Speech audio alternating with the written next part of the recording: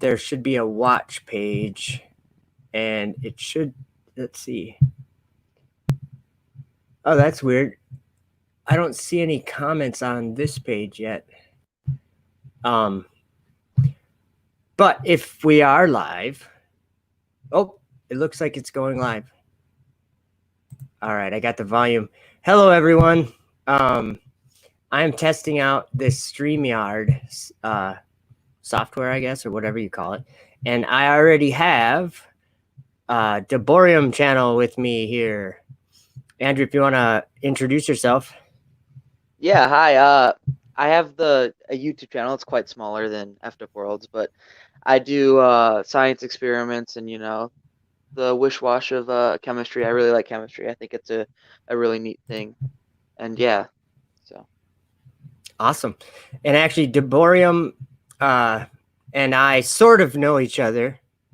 Like, I guess I know your family, I guess, from school back in the day. yeah, way back in the day. Yeah, way back in the day. It was quite a few years ago. I was on a wrestling team with your dad and your uncle. And so those guys, I always looked up to those guys. They were pretty cool. So we got some people in chat. Roderick says, link to, where are you? If you want to join in, or if anyone wants to join in, I can put a link in the chat.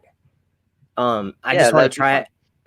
I just want to basically try out this StreamYard thing, get used to how to use it. Flat Earth Frank the Tank, Lori Tillman, Cindy Lou Heeman, Davey 313, Sea Level, and Roderick. Awesome to see you guys. So me and Deborium have had a long-term idea that we need to have a debate. Well, about a few things, right? Yeah. But one of the things that we've talked about lately is the either stationary or the rotating, spinning Earth. That's an interesting topic. Yeah, it's really interesting, actually. Yeah, and from my point of view, it's even more. No, I'm just kidding. Yeah. So let's see here. Hopefully, everybody can hear everything on. All right, Sea Level's on my team. Haha, what do you think of that? That's Andrew? Perfectly fine. Bring them all. Bring them all. Bring them all. Bring it on. He says, or Ken says, I'll take all you evolutionists on as long as I get half the time. Yeah. Did you ever get a hold of Kent Hovind? Because you could have that would have been a really interesting conversation.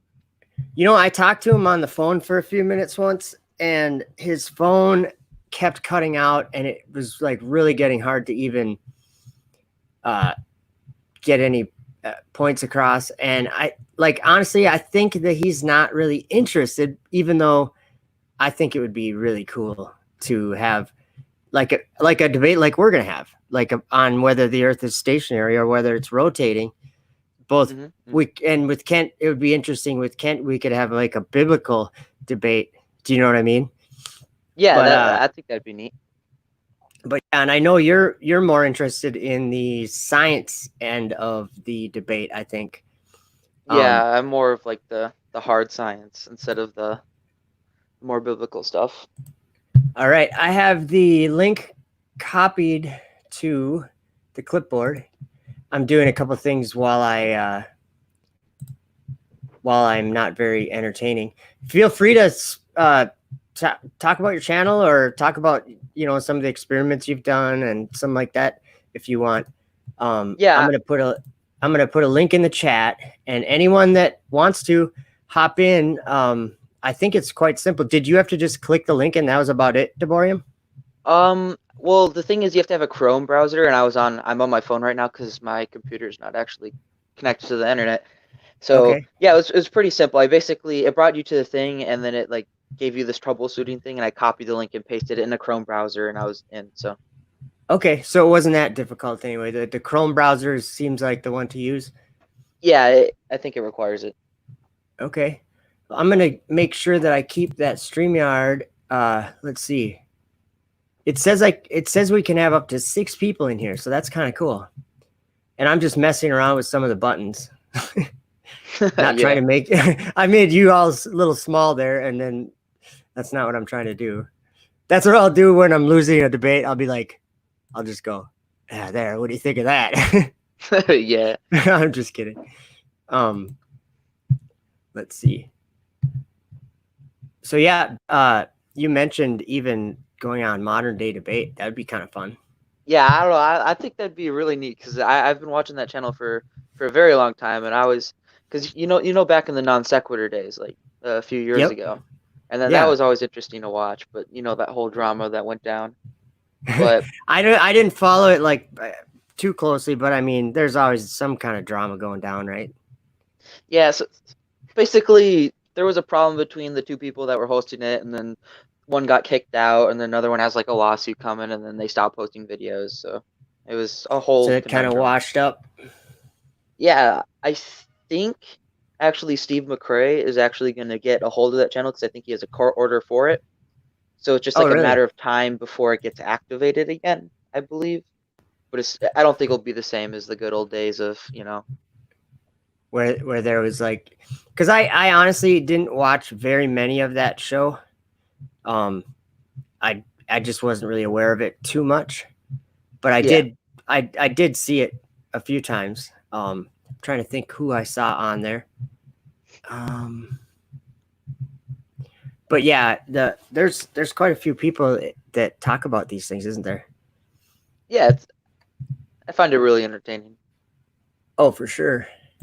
So what I'm doing is, Roderick, that's the link if you're interested. I put it in the chat, and I'm just kind of messing around. Flat Earth Frank the Tank, Deborium, listen to this. He says, I love not spinning. What do you think of that? I okay. I mean, I guess you can not love anything, I suppose. Yeah, that's true. That's true. The thing that I love about not spinning is how it's so easy to tell that you're not spinning by the perceptions and senses that we have to be able to tell we're not spinning. What do you think of that, Deborio? Well, basically, to put that in a little bit of perspective, it's like saying that with my own senses, I cannot sense the electron configuration of, that water molecule like in a bottle of water next to me. I can't sense that, but I can use equipment to detect it. Yes. So our senses aren't fully tuned to all of the stuff that's going on. Totally But agree. Like right now, I have a wireless connection for my internet service. So we're streaming on a wireless connection. It's invisible. You can't see it. So there's an example of that. So I agree with you on that. Yeah. So my question back to you is, why would you expect to sense it? Well, I wouldn't necessarily like as far as the model of the globe would go. I wouldn't necessarily think that my senses and perceptions in my body would be. Oh, I was hearing something there in my headphones. That was my phone. Sorry about that. Oh, okay, cool. No, I was just making sure because I'm just kind of unsure of how to do this whole StreamYard thing. Yeah, is my audio coming through pretty good? It seems perfect here. I think someone in the chat would have said something if they were having a hard time seeing you. But yeah, totally. Like, I mean, like you say, our senses aren't going to pick everything up. And so where you're starting is kind of where I would debate. Is you're starting on a premise that you're kind of assuming. I'm not saying with your question that you just asked, but in general, you're assuming already that you're spinning, and then you're saying, why would you feel this spinning? And I'm not saying that we necessarily would feel it, because one turn per day is pretty slow, right? That is pretty slow. It takes a whole day. Yeah. So even if it's 1,000 miles an hour at the equator or whatever, 1,037 miles an hour, it's still really, the rotation part of it is really slow. Or I guess I don't think you. I mean, if you stood on what turns, it's one of those merry-go-rounds. If you stood on it in the morning when the sun came up, and all day you stood on it, all day long, and then all night long until you were back to this original position, and the sun came up again.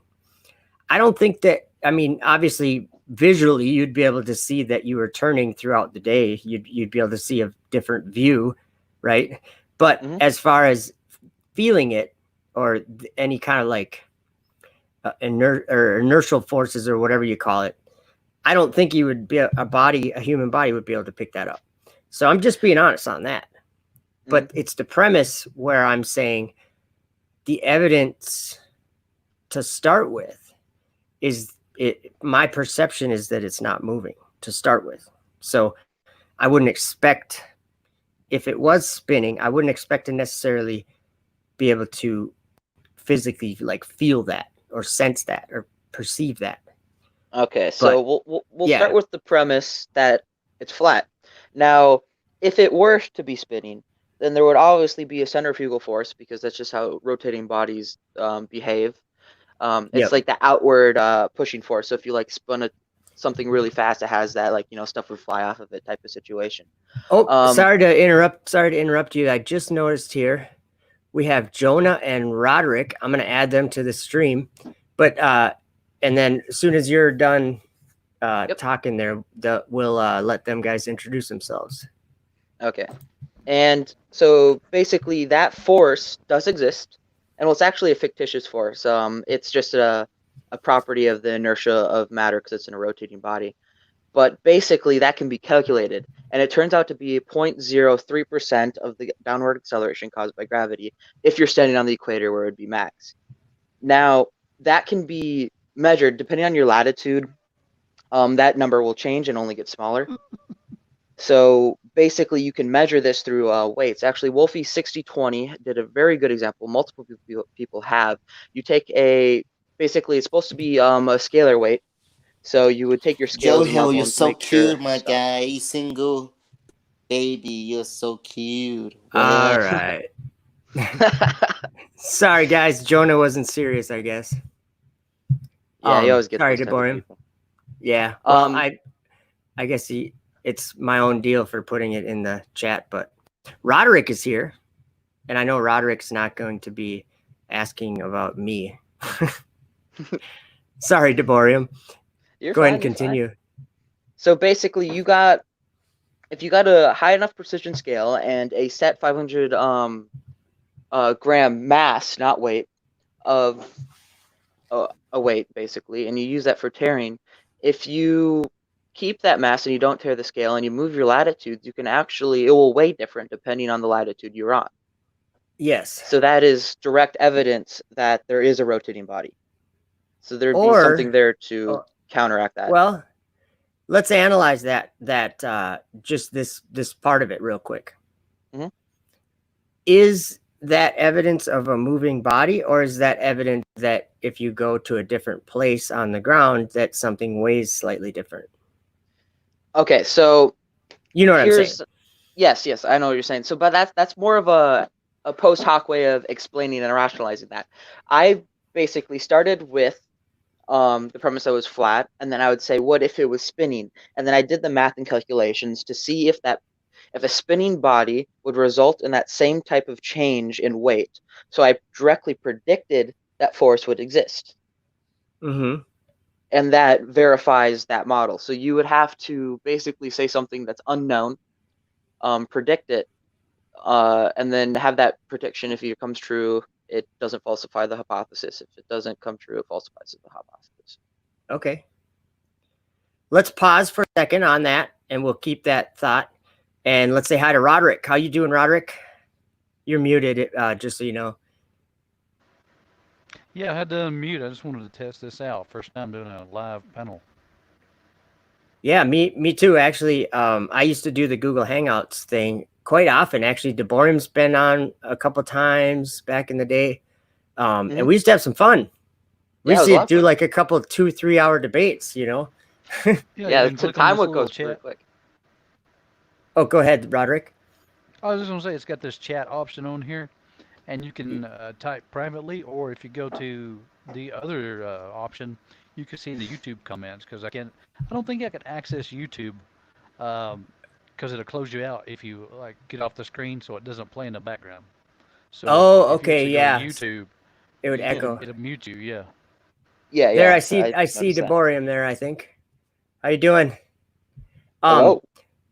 So Roderick, sometime I'd like to have you on and just chat back and forth too, like do a show sometime. So just mentioning that, like now that I see that this is working and it is quite convenient, I'm going to be doing this quite often, I think. And Roderick is muted again. If you are talking, I can't really tell. Yeah, I'm just here checking it out. Cool. If I Cool. have anything to offer, though, I'll definitely chime in. But I want to be respectful and Nah, exclude. you can speak myself. if you ever have any comments or anything. I'm totally. Oh fine yeah, with that. for sure. I'm We're trying all to get friendly my here. Friend, I'm trying to get my friend Aaron on. He's very insightful too. But I may shortly, if he doesn't come on, I might just go back to the regular YouTube though.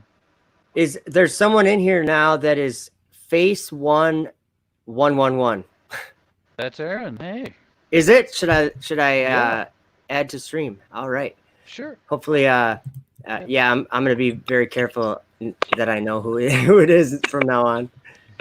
Welcome. Yeah. Hey guys, what's going on? Hey, thanks for letting me enter.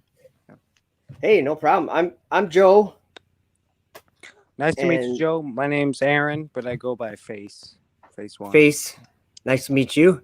You bet. Yeah, And I'm Andrew. oh, go ahead. I go by Deborium. That's kind of a quirky thing, I guess. Awesome. Yeah, this is cool because I think that this is something that I should have done a long time ago, right, guys? Yeah, yeah. I should have. What I like, And it's been like what I like about this, literally Joe, months. Oh, what was that? Joe, I was wanting to elaborate what is key and important about a show like this is it allows people to think outside the box, but who know what's inside the box, to offer, I guess you could say, an alternative to help people think instead of just towing the typical line. Because all we ever hear, Face One and I have talked about this before, all you ever hear is the same stuff from the same people. Where they're sincere, but Nathan Oakley, you could never get a word in edgewise. Anytime Okay, yeah. anytime you said something on his show or another show, it's just the way it is. I guess it's basic human reactions. But anytime you say something that doesn't go against what they've been taught, if you say it's not the Federal Reserve it's causing it, or it's not, you're kicked out quickly, you know.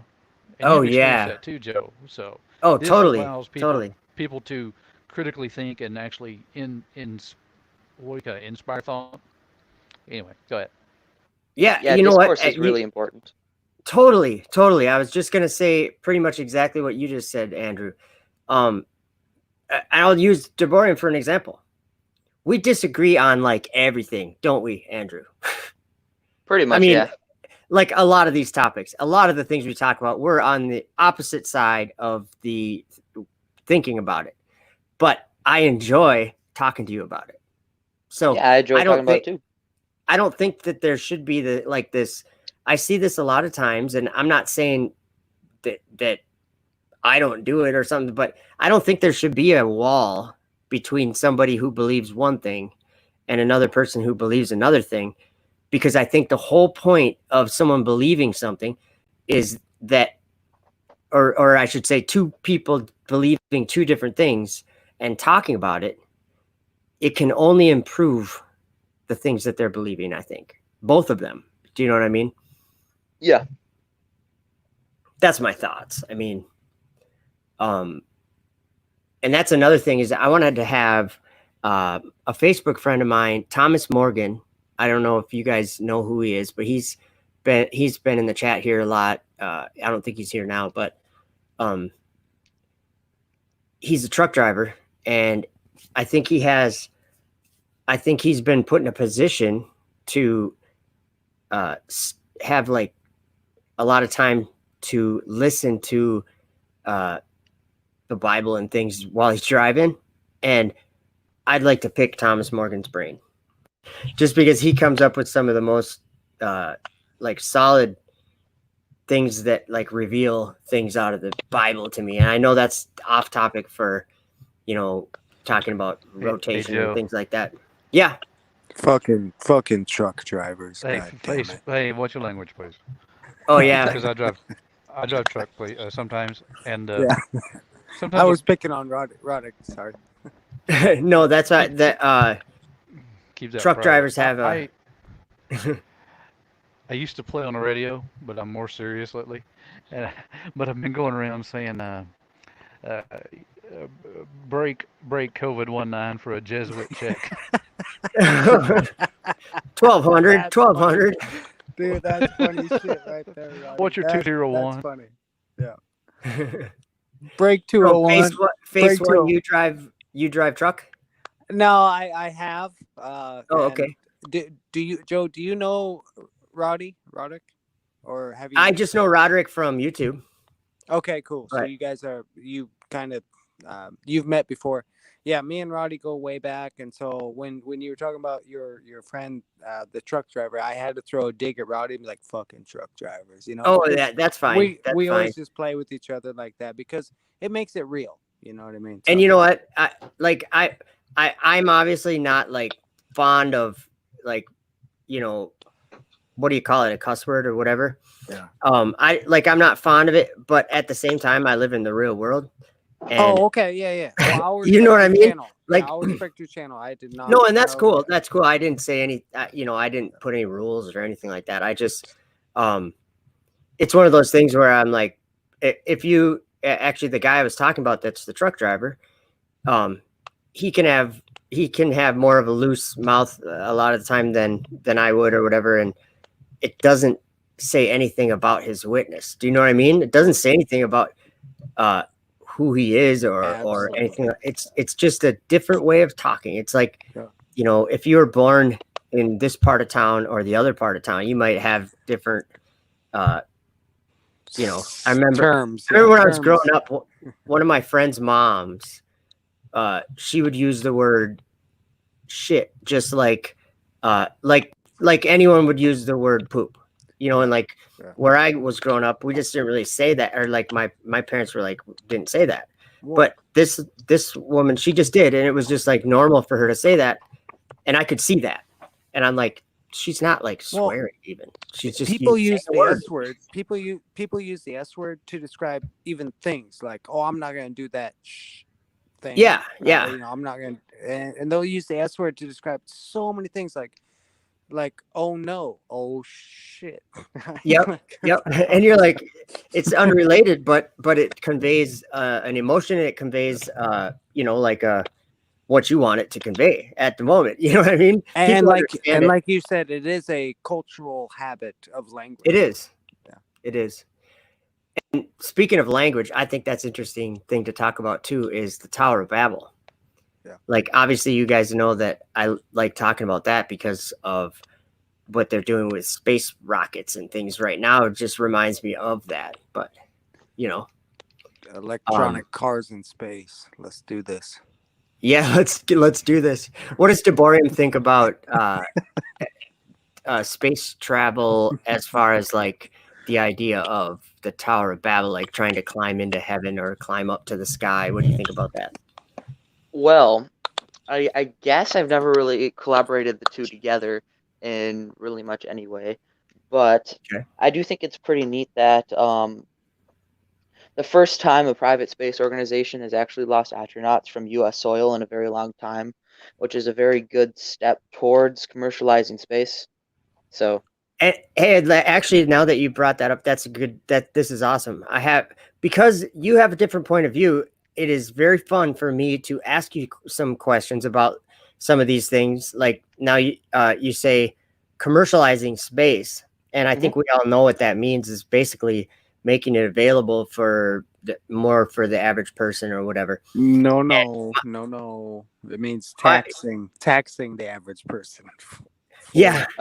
Not entirely. It's more of having a incentive to go there in monetary reasons. So Like getting for resources, experimenting and new things, technology development, and that will just further drive like technological growth and the such. Okay. What do you think about what is the, as far as space goes or whatever, the space station and satellites and things, what do you think is the most like if you were going to give it a general description of its benefit to us versus like the cost and stuff? What's your thoughts on that? I'm just curious. Not trying to put you on the spot. Good question. That's a good question. Well, the International Space Station costs a tushy ton, but it does bring valuable research to a bunch of stuff. It's not as useful as satellites, for example, because satellites actually provide communications, imagery, weather predictability, military purposes. There's a lot of usefulness in that. So satellites are probably more useful than the ISS. That's probably why the ISS hasn't really done a lot recently. Yeah, they do a lot of like drug experiments and things like that on the ISS that they can't do without a microgravity or like a zero gravity, I guess, whatever they call it, microgravity scenario. Mm-hmm. And it's interesting to me. Actually, let me ask you a question, Deborium. This is interesting. What are your thoughts? If I'm going to explain just like a little something that you already understand. You understand what an orbit is, right?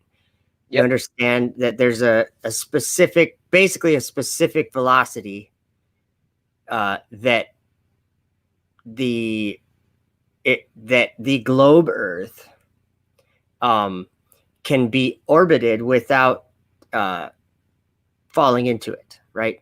Well, or without there's many making contact with the ground. speeds. You mean escape velocity or? What I mean is I'm not trying to confuse you. What I mean is at 250 miles or so, if something is moving horizontally, or you could say parallel to the surface of the Earth, that it's if you're on a globe, it's following this curvature, right? Or it's above, it's following it, it's parallel with this curvature above, but it never hits because it's going fast enough, right? It keeps falling around. Yeah. The best way I kind of visualize it is you take a cannonball, you shoot it. The cannonball has a curved trajectory, and if you match that to the curve of the Earth, you'll get an orbit as long as there's no resistance. Yep. Kind of like there was another explanation. I think you guys have probably all heard this one. If you had a building that was 200 miles high, and if you just walked off of the building, you might, you're going to be going maybe 3 miles an hour when you walk off. You're going to fall 200 miles at 3 miles an hour. You're going to move that distance. It's like if you have no symptoms of COVID, you got it. Yeah, there you go. No, I made a joke, and Deborian might not like this one, but there's a far worse global pandemic going on right now than COVID-19. It's Globehead-19. Oh boy, you just terrible global pandemic. Oh no, you just opened the book. No, I'm just kidding. So, but as far back to the orbit and the like the space station, for example, if an astronaut is in the space station or on a spacewalk, whatever, they're in that environment, they're in a state of basically free falling continually, right? Yeah, and that's why they appear to float, and that's why I'm able to make this joke. I was reading this awesome book on the space station when I visited, I couldn't put it down. Get it? So I don't know if you got that, but that's why everything appears to float, right? Just as if you, very much the same as if you were in one of those 0G planes or whatever, where they go up and then they do a steep dive and match the free fall or the whatever that ballistic arc is. You know what I mean? Yeah. Or trajectory or whatever they call it.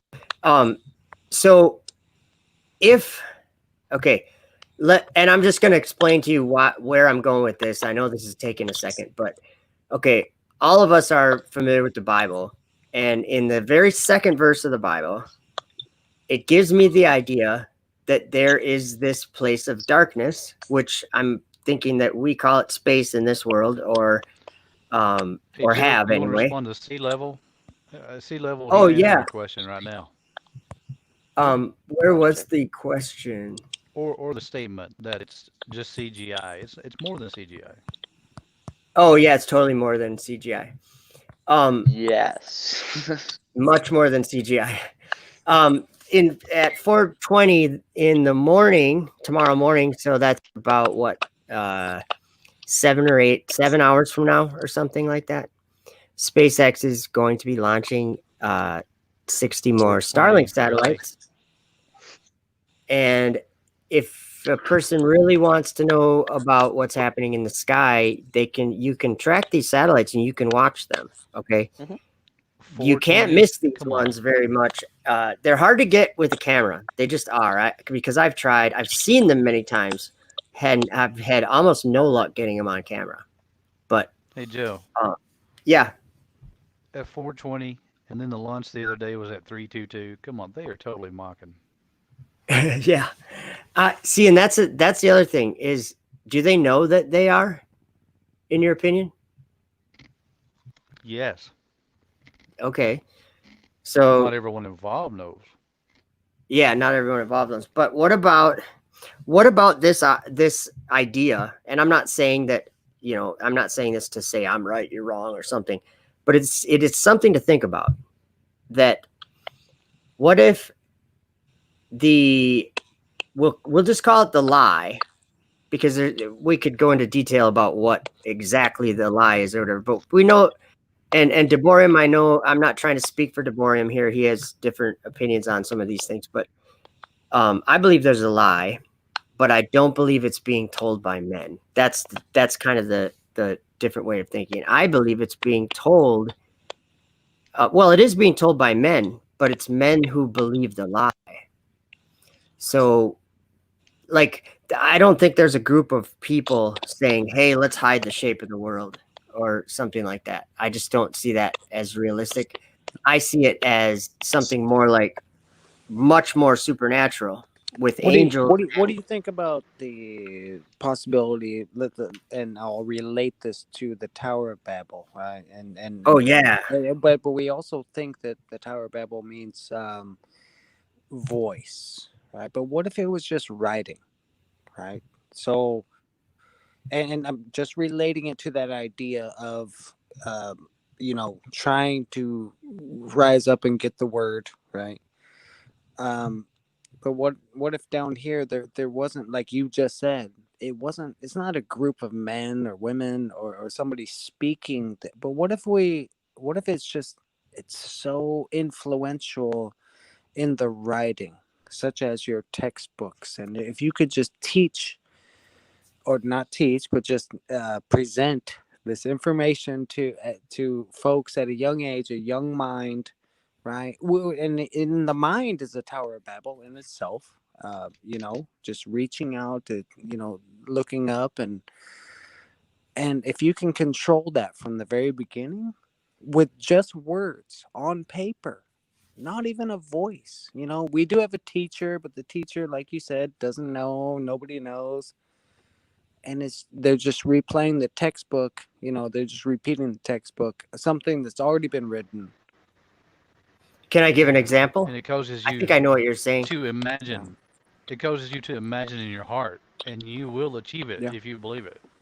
Yeah, and that's what they were doing with with the Tower of Babel. Actually, in Jasher chapter 9, it says that the building of the tower was a transgression and a sin to those people because they were wicked in their hearts because they wanted to ascend into heaven.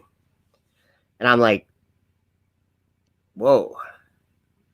I mean, what's NASA's and SpaceX's mission statement, you know? Kind of makes But Joe, I total would sense, argue, yeah. Go ahead. Sorry. I would argue with you that you are correct as far as today. But in the old times in Scripture, there was a conspiracy. They take counsel together Oh, to yeah. uh, to And I hide the think Most High, and there are a few still around today, but it's not as grand that could conspiracy as be. we think. But it Yeah. was. And I also know that, I mean, we also can't forget about all the unclean spirits that are basically here on the earth until they're cast out into outer darkness. Like, they're here right now. And so, I mean, this is just my belief, of course, but they're here. And that's like, someone on Facebook had put something very interesting. He said, the guy who had Legion tormenting him, and Jesus cast all those unclean spirits into like 2,000 pigs or something like that, and the Legion killed all the pigs. Like, they went and ran into the water and drowned. And the guy goes, "Can you imagine the torment that one man had to deal with all those evil, unclean spirits, if they had that power to kill 2,000 swine?" I was like, whoa, that is something to think about, you know? What's the difference between a voice and scripture? Voice and script. What do you mean? Just like just on its way that you face. hear it, you when I mean? say Or- what's the difference between voice and script exactly? Voice would be vocal or audible, and Mhm. script would be written, right? And visual, right? Script? Oh, yeah, script would be visual. Yeah. Yep. Okay, cool. Now, and I'm not a super religious guy, Rowdy can testify to that, but I love listening to you guys talk because it as I get older, it's like, man, everything makes sense. Okay, so what if Satan kind of works in a way that, you know what, we can't give them, I can't control it by the visual, right? Because the script has been written, the word has been written, and that's how people get the word. Okay, but I can do it through an audible sense, right? I can go through these folks audibly. So now we have mainstream media. You never see anything except some pretty face talking to you, telling you what the world is, right? NASA, you see pictures and somebody telling you, but you never see the writing ever. Yeah. Right? You can't do that. So interesting. Sorry, didn't mean to cut you off. No, that was good. That was good. Good point. Ruffles, sour cream ruffles. Sorry. So Deborium, Yeah. I didn't want to steer too far away from our debate, because I think, like, I honestly think it would be great to have a real debate where I can write some things down, you can write some things down, and we can, go over stuff like in more detail than we are just talking here. But Yeah. but it is fun to just talk. So I kind of wanted to continue a little bit where you left off, and where I was basically agreeing with you. We were talking about rotation of like a body, and the force that would have is not very much to perceive if from a human body, right? Mhm. And then so we were talking about the premise, like, where do we start? And then you had gone into, what was the example that you were kind of calling some evidence to look at? What was the first thing you brought up? Well, because a rotating body obviously has forces applied on it, and the centrifugal force would apply. It exists. Oh, yeah, it was And on the a ro- weight. Yeah, was the the weight's changing yeah. on latitude, basically. Yeah. The weight of it would change. So is that, like in all honesty, is that related to a rotation, or is that just related to weight? And I'm not saying that it doesn't make sense. I'm saying, you know, we don't want to jump to conclusions about or assume things. Do you know what I mean? Yeah, well, the thing is, on an Earth-sized sphere, you can calculate the force. So you can predict the exact weight change if the Earth is moving and rotating at your specific latitude. And when you weigh If it, you're at the North Pole or something. yes, You exactly. might If you're on think the the North Pole weight's versus the equator, less. Yeah. it'll weigh Or it's gonna more weigh at more. the pole. Yeah. It's going to weigh more Okay. at the pole. And so I can't disagree with that, because I think we can actually demonstrate these different weights. Okay. And basically you're saying that because you can basically predict from a globe map, you could predict these differences in weight. Mhm. And I'm saying, what if that's coincidental? I'm not saying it is, but I'm saying, what if that's I guess what I'm saying is it wouldn't be enough to convince me. Yeah, go ahead. Just a little clarification. Who's the gentleman speaking about the rotation? I would want to call you Andrew. Andrew. Andrew, my name's Yeah. Aaron. Nice to meet you, Andrew. Nice to meet you. Yeah, you mentioned the rotation of the Earth. Yep. And definitely, man, you can go onto a roundabout, a merry-go-round, and if you stand on the edge, you know, let's say it's just spinning slowly, you stand on the edge, you're gonna feel that force. But as you move towards the center, Here, let me stop you right there. If you want to do it directly proportional to, like, say, the Earth rotating, you'd have to rotate it once a day. Sure. Okay. Yeah, So yeah, that's yeah. just I what I wanted to throw in wasn't there. trying to compare a merry-go-round to RPM of the Earth, you know. Sorry about that. But then you also mentioned that the Earth is rotating, so you can go to a specific latitude and pretty much calculate the it'd be centrifugal or centrifugal force, either one, right? Yeah, I think centripetal is the one pulling in, and centrifugal is the fictitious one going out. Sure. But then you also mentioned that the Earth is going around the sun in an orbit. Mm-hmm. Okay, so there's two motions there of force, and yes, you're right. They're very slow. They are very slow. But is the orbit of the Earth around the sun, is that a elliptical, or is it actual? What would you call it? Circular. It's slightly elliptical. Slightly. So, would there be a speeding up at one point of the Earth? You know, to get from equinox to equinox. You know, if one leg is longer than the other, just to get to an equinox. Yep. Okay. What happens to time when we're speeding up and slowing down around the sun? You're talking about time dilation, though. Well, if you speed up, your time slows down. Well, not for you in your reference frame, it wouldn't. But if you were outside the reference frame and you were observing the thing changing speeds, the time dilation would be in effect. Okay, so there's exactly 6 months in between the equinox, right? It wouldn't be exactly 6 months. It'd be a little. Oh, so it's not. I don't know. I'm just. Yeah, I was under we'll the just go 6 assumption months. that it was. Go 6 months. Okay.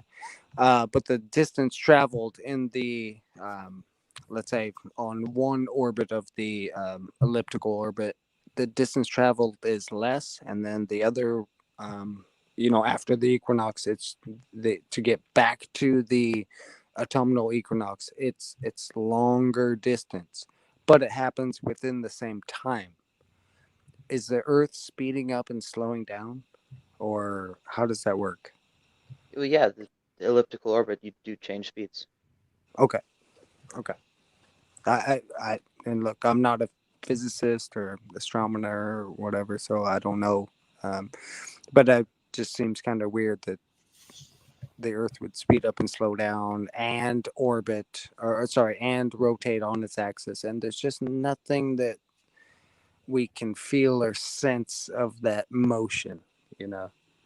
And not to mention that the sun's traveling through space at you know, absurd amount miles an hour, and we still don't have any disruptions in our life. You know, everything's stable on Earth. So Okay, so well, my first question was it depending on what reference frame you're in, physics will always be the same.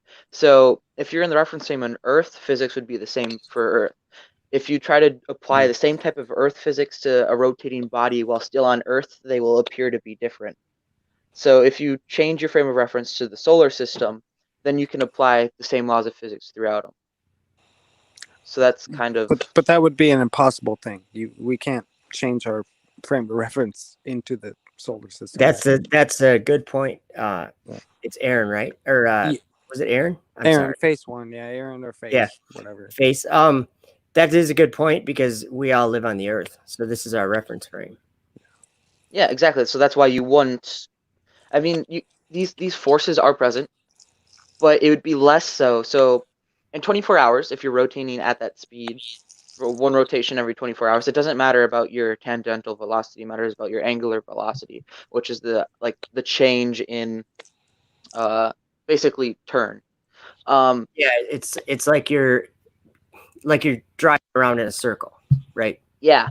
So on Earth, if you're doing that, which is the fastest of all of these in angular velocity change, it turns out to be 0.03% of the acceleration of gravity.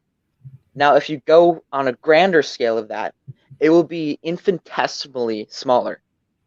So yes, it does exist, but there is no possible way for you to be able to detect it as a person. That's what I'm saying. The physics work out. Yeah. It's a little. It kind of basically works out that if we can't detect it, you know, it'll as you work out into a fictional place called the universe, and you look back at it, then we don't feel motion, we don't see motion, we don't experience any motion, we don't, right? So you know what if you worked your way in to the Earth, right? Like, and be like, well, there is no motion. So right down where I'm standing right now, every single day, I don't feel it, I don't see it, don't know it, everything's fine. That's it. I think I can actually put something down that we actually all agree on. Because I mean, I know that Deborium is a clear thinking person. I think we all would agree that we don't perceive the ground beneath our feet to be moving. Right? That is correct. That's correct. Now, as far as whether it's moving or not, that's up to whether a person's looking at it as like Deborium said, the solar system a little bit ago. And right away, my mind said, well, I don't believe in the solar system because I don't see a solar system. I see planets that are lights in the sky that I guess I just don't see the solar system thing happening. I don't see the sun orbiting around the Earth orbiting around the sun. I see the sun going over the Earth. So what I'm trying to say is we have to go into our imagination and like Face was saying, into an imaginary place. It's fictitious in our mind only. It may exist, but for us to perceive it is impossible. We have to go there in our mind. And if we pretend we're the sun and we're looking at the Earth, then it might appear for the Earth to be spinning. Or like if we're the stars and we're looking down on the Earth from the stars, maybe because if we were the stars, it would be like we're not moving, so the Earth would be moving, right? So it's almost like where we look from is the most important way that we can understand, or it gives us our understanding a little bit. Do you know what I mean? Yeah. But the large problem with that is you can observe. There's like I said with the Earth rotating, there's things that you can do to detect it. You as a person cannot. Say a ring laser gyroscope. Everyone knows the famous Bob proved that the Earth moved. What if that's that what if whole that's situation. actually picking up? What if that's actually picking up the stars moving? It cannot. How is that? I guess what I'm saying is, how do you know what it's picking up? Like what that 15 degree per hour drift comes from? It's Okay, pre-programmed to read 15 degrees per hour. By the way, that is false. Oh, I really? need evidence to support that. it's a program Um, device. Yeah. I'm sure there's tons of different ones. But Well, any okay. other gyro does not pick up any drift at all. No, Any no, other it, one. it does. It They does. do. Oh, They okay. do. Like if you just even just a physical one, if you have one that you can put a little battery on that to keep it spinning, it will pick up that. It will pick up movement. And I don't know how. I think it's hard to have. It's the forces acting on it are very.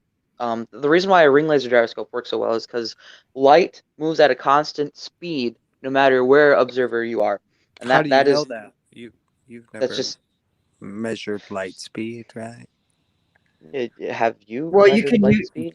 That's a genetic fallacy. It's just one of those things. Like I said, the script has been written, or I'm sorry, the word has been told to my ear that we know light speed, we know it. Well, there is validity to a lot of it, though. There is Because a lot of things would not work if Um, light speed was not I- constant. Well, It math. just brother math, flew of up. course. Yeah. My brother flew math a is proof. plane. I think it was called a P3 in the military, and that plane uses. I'm not sure the name of the gyroscope, but it uses the light and mirrors to for its gyroscope. On a I local mean, it level, has- absolutely. Yeah. Yeah, and so there's truth to the I guess what we would call the speed of light or whatever. We can use light and mirrors to measure distances, different or change in distance, like by sending two uh, two things by sending light in the same direction at the same time. And if you route it different with the mirrors, you can get Let me you know ask a question. When they measure the speed of light, is that a laser light, a direct beam, a concentrated beam? And if so, is the sun, which is emits light, I guess for us, is that a laser, a direct beam, or we need to get to one consensus here about what light is. Okay, which light are they measuring? And I don't disagree that we can measure light. I mean, there's experiments that do this, but what light is being measured? Man-made light, sunlight, daylight, light bulb light. Which one? I suppose it would depend on what we were trying to I measure. well, I don't really understand why that would matter. Light is a spectrum per se. It consists of a lot of different things, but it's all basically the same thing and just at different frequencies. So I'm not. They all move at the same speed, and there's a whole bunch of different ways that people found this out. The first way was this guy used a whole bunch of mirrors and did a reflection based off of the angle, did some crazy maths to do that. The second one was a guy, he was trying to measure radio waves. Now, radio waves are light. The same as microwaves, same as visible light, same as electromagnetic.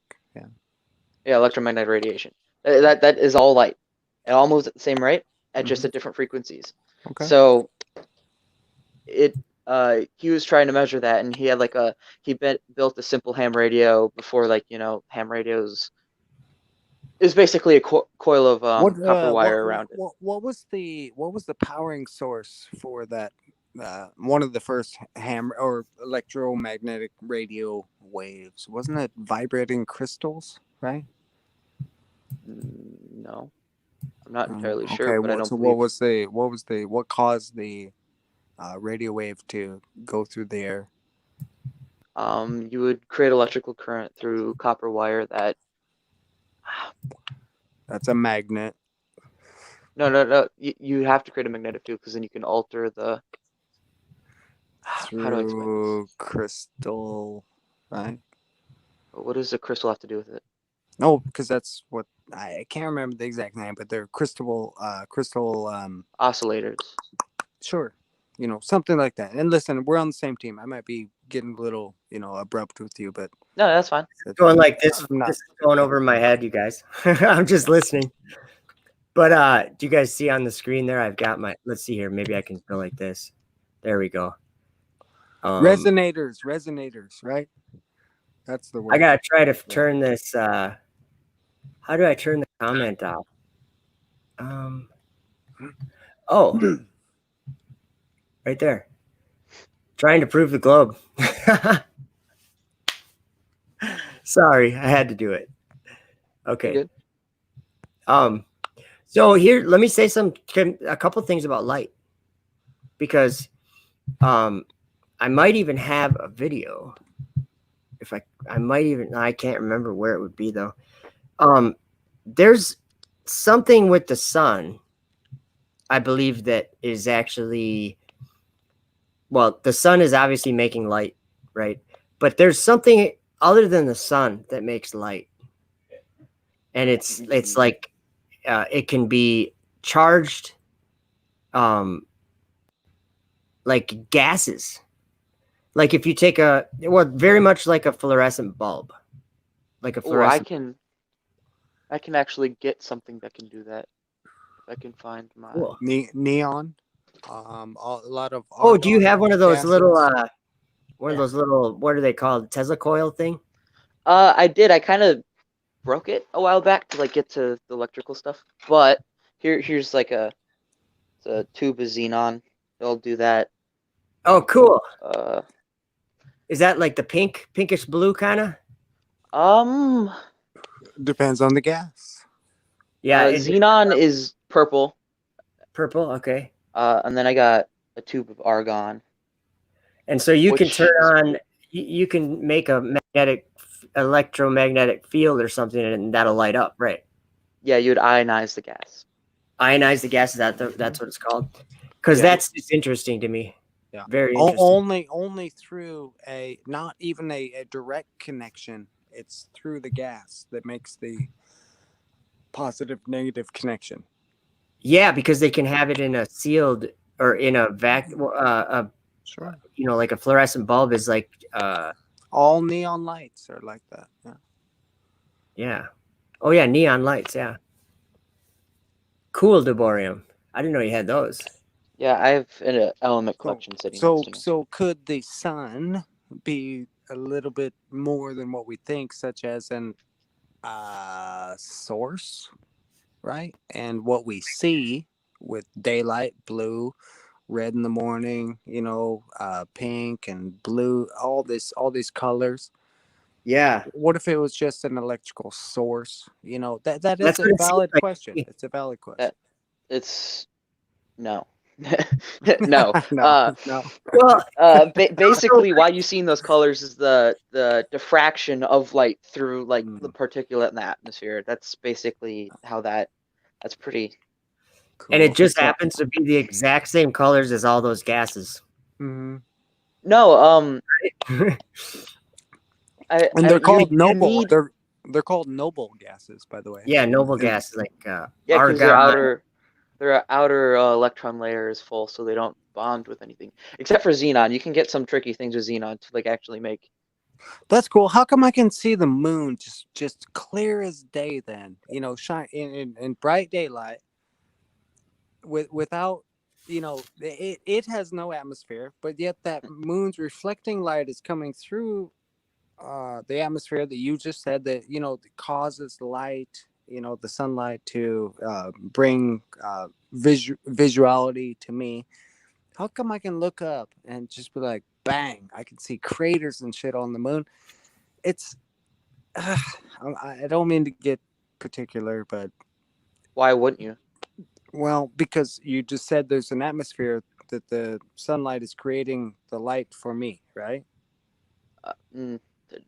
No, the light source is still the sun. It's just so basically at sunset and sunrise, the light has to travel through a lot more atmosphere to get to your eyes, and then it scatters. That's the whole reason. Devorium. You just opened up a can of worms. No, I'm just kidding. So if you just brought up something though. So when we see like a blood moon or whatever during the lunar eclipse, we see that red color. Yep. You would be saying that this is related to those Exactly, yeah. Okay. And which brings up the shadow size. Oh, I was gonna make a response video to that, but I didn't have time. No, that's why I brought it up, because I thought it would be great to hear what you what your thoughts are on that. Okay, so the shadow size is not 70 miles wide for the moon casting on the Earth. It's not.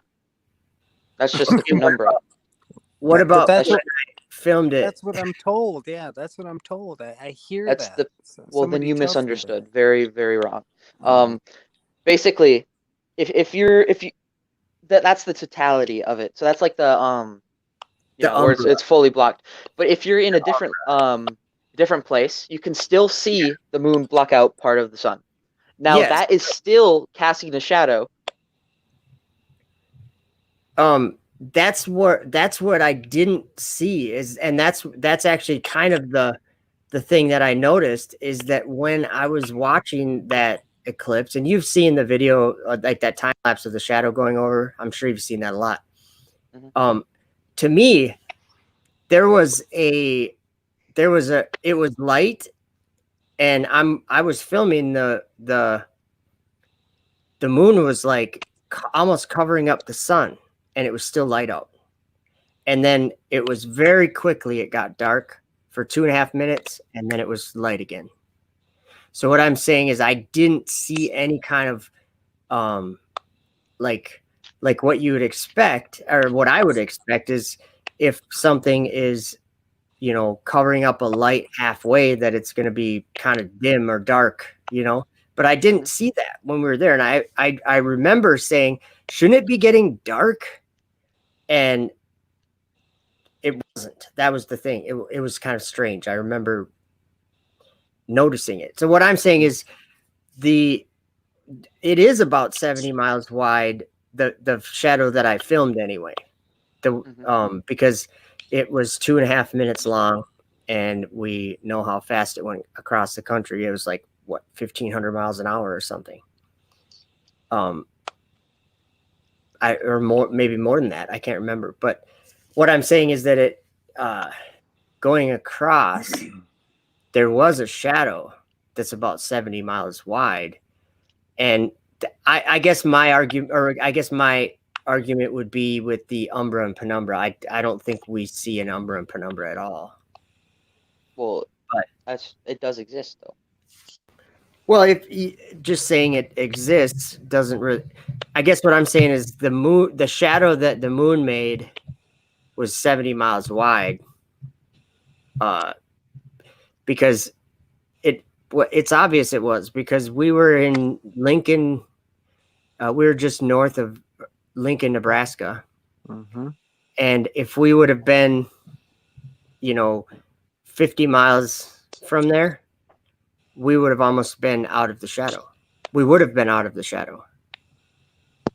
Yeah, on either side, up or down. Yeah. So what I'm saying is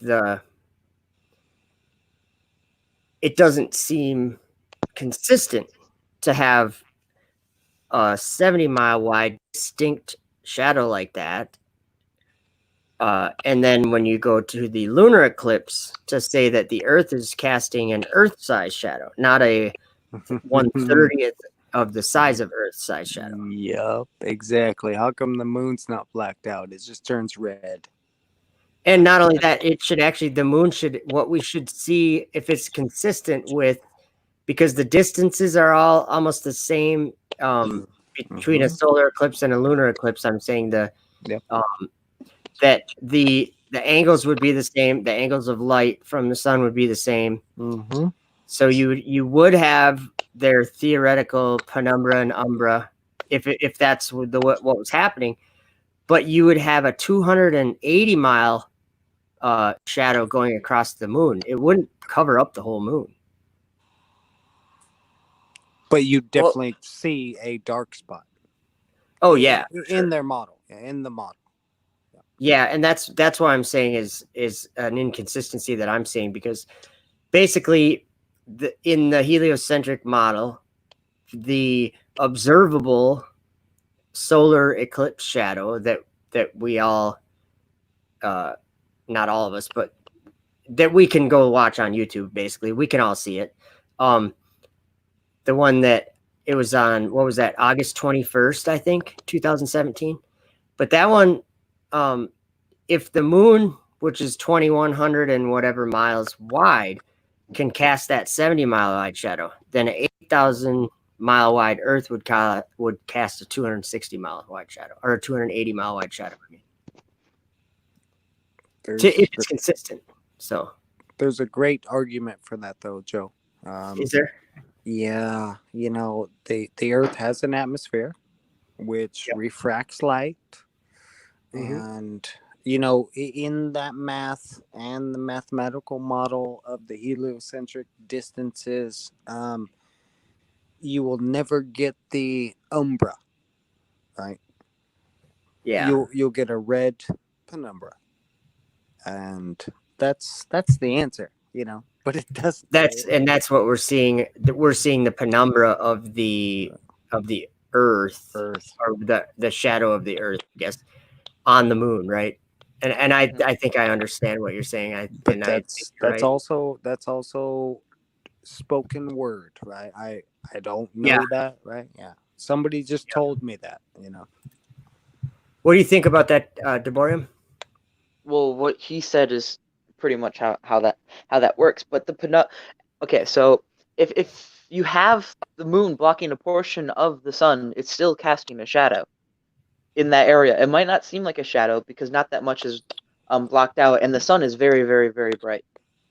That would be the penumbra, right? Yes. Yeah. No, it'd be the umbra. The umbra is Penumbra. the center one, or the small one. Yeah. The umbra is like the totality. Yeah. One of the two. But yes, as long as it's blocking a portion of it, it's still casting a shadow where you are viewing it. In like demonstration or whatever, but in reality, is it? Because I didn't see that in reality. I didn't see like it getting dark, really dark out. Yeah, Joe, that brings up a question. You know, if the sun is so far away, that light source, Andrew, also, you know, the light source is so far away, and the moon passes in front of it, and all the distances are what you know, we're told they are. Why would the moon's shadow, the umbra or penumbra, you know, I get those two confused. Why would it come to a point if the sun is so far away? Shouldn't it kind Just of go straight. Yeah, shadow the moon, kind of. Yep, that's what I'm thinking. You know? Why would it come to a point? Exactly. Because that's how shadows behave. I don't understand really what the distance has That's to not how shadows behave. Shadows always grow larger. Yeah, that's the argument. It is larger. Andrew. Well, here's the thing: if I have a moon, parallel rays, it'd be the same. Hold your hand well, up. if I have let's just say I have your hand up to a light bulb and tell me what the shadow looks like on the wall. Right? It's huge. It's going to be bigger than your hand, but never smaller than your hand. That's right. Okay. So that's kind of the thing that we're talking about, is that you have like, it's like kind of an inconsistency the way I see it, but I'm having fun talking. I hope you guys are too. I'm just having fun. Yeah. I'm going to play a video in the background of the clip, some of the footage that I grabbed. This was at that eclipse. I'll get myself out of the way a little bit. These are some prominences of that I caught with my P900. Isn't that cool? Yeah. So what's that thing right there, Joe? It is what, plasma or something? I don't know. It looks like it's probably plasma. Like what, when something, have you seen the footage of that was taken from the fairing of a SpaceX launch, falling back to Earth, and the plasma ball that was around it. Did you see that? No, I did not. It's pretty cool, but it's a little intimidating, scary at the same time. There's like sparks flying and things just from from it coming into the atmosphere so fast. And I don't know if I can play that video. I don't think I have a copy of that in this format. So watch this though. As the eclipse is happening, so as the moon is moving, see there's the light starts to shine through. Now watch the exposure just makes that thing disappear. You can't see it anymore. As soon as the light gets over there, pretty much just disappears. It was cool though. That wasn't actually the video of the shadow. I think I can find that though. Joe, how do I watch a video you present? Do I click on you or? Oh, you know what? I'm probably not doing it right. Oh, I'm sorry, guys. Yeah. I need to go like this. There, is that better? There you go. Yeah, now I can see your icon. There.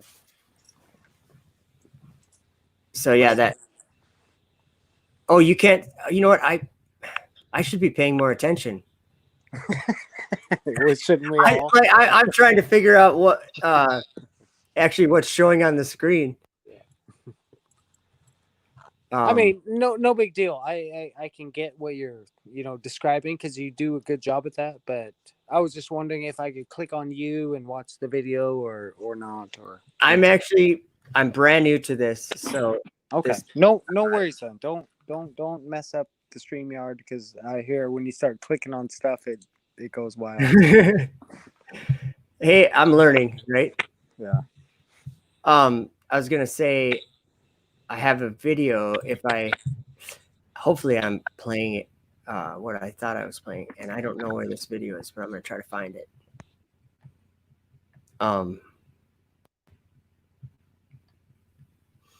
The eclipse shadow. Where would that one be? So yeah, I like conversation about these things, though. I like what Robert says here. Oh, go ahead. Oh, absolutely. And Andrew, I may come across as asking questions, and that's what flat earthers do, right? We just sit there and ask questions. So, but I don't mean anything against your intellect, your knowledge, or anything. It's a great combo, and I love that. I love great. Yeah, I love it too. Yeah, it's healthy, right? Very. Absolutely. That's what I think, And we might get a little heated, like, oh, what about the Umbra? But yep. But it's no big deal, as long as we can have these shows like Joe's putting on, or Joe. Yeah. That's cool, I think, I'm in full agreement. And actually that's one of the reasons why Andrew actually I was setting up this live stream, and then I saw my Facebook, I had a message, and it was actually Andrew talking about, because we've been talking about this, trying to debate a little bit the stationary or the rotating Earth. And so I was like, man, this is perfect. And so the timing worked out great. Andrew could come on. And so that's one of the things that I really encourage people to have conversations with people you would disagree with. Yes. It only makes you smarter. Yes. Like that's just for anybody, I think. So Joe, where are you from? You I'm thinking exactly everything you say, like I'm thinking exactly that same thing, like I'm in Minnesota. Talk to people. Okay. All right. I was born and raised in Nebraska, lived most of my life in Seattle now I'm down in Texas. So. Okay. Yeah. I drove down to Nebraska to film this eclipse. Yeah. Lincoln. When you said Lincoln. Yeah. Yeah. Yep. You probably took Highway 91. I think it's 91 or 81 down through Norfolk, all the way down to Lincoln. Norfolk sounds familiar. Yeah. So if you look at the background behind me, which I think is on display here, should be, you can see the time lapse I took of the shadow. I And still can't that's what I'm see saying. very well. I don't see a penumbra here. I see a very distinct edged shadow. That's what I Yeah. see. Yeah. And it's, if you look at the clouds moving, you can verify that it is the totality was 2.5 minutes. So that's how long the shadow was. So There's another proof, globe proof for Earth rotation other than looking up, right? So we've have a conversation with Andrew about Earth rotation, and he gave the points, but we're always looking up or being from an an outside reference frame. The other argument there, Andrew, and this is Coriolis, right? I don't know. Corona oleus? What is that? Coronavirus? Coroniolus, yeah. Coriolis, the Coriolis. That sounds like one of those. That sounds like part of that other virus, that Globe had 19 virus. Globe has 19. It's a global pandemic, man. I'm just teasing you. You know that, Anthony, right? Or Andrew, right? Yeah, you good. I'm looking for a video while we're chatting here. Do we want to talk about Coriolis, Andrew? Yeah, we can get into it. Okay. Let's just see. Coriolis, it talks about reference frames, right? Mm-hmm. Because it's only an effect. It's not a force, or it's not, and it's only an observable effect, right? It's a fictitious force. You can calculate it if you're within a frame of reference. Yes. Sure. So how do bullets, let's say sniper bullets, start at the very beginning? How do sniper bullets, how do snipers take into account the rotation of the Earth for the alleged spin of the Earth, which would be the cause of a Coriolis effect? Not force, but effect. You asking how they calculate it on the spot? Sure. Let's say a 2-mile shot. You'd need to know the direction first. You're right. Let's say north south. Let's go north south. So we're shooting north south. Okay, so first is what you'd do. You would have to know the distance to the target, and then you'd also have to know your angular speed that you're traveling on at that specific latitude. Because basically how the Coriolis effect works. There's a whole bunch of different ones. The Coriolis effect is like a big broad thing. There's a whole bunch of different things jammed in there. But the one I believe you're talking about is basically the bullet's momentum is going to carry to be the same, even though the momentum of everything around it is changing. So the bullet's going to carry the conservation of momentum, but the Earth's going to spin under that bullet, right? It's not spinning underneath it. Oh, okay. So that was it's just the change in it's basically conservation of momentum. This is pretty much it. It's going to maintain its momentum that it once had, relative to the point where the momentum has changed. Okay. So what causes okay, no sniper has ever said that they missed the target, okay? They practice, they shoot, they practice, they shoot, and they never miss the target.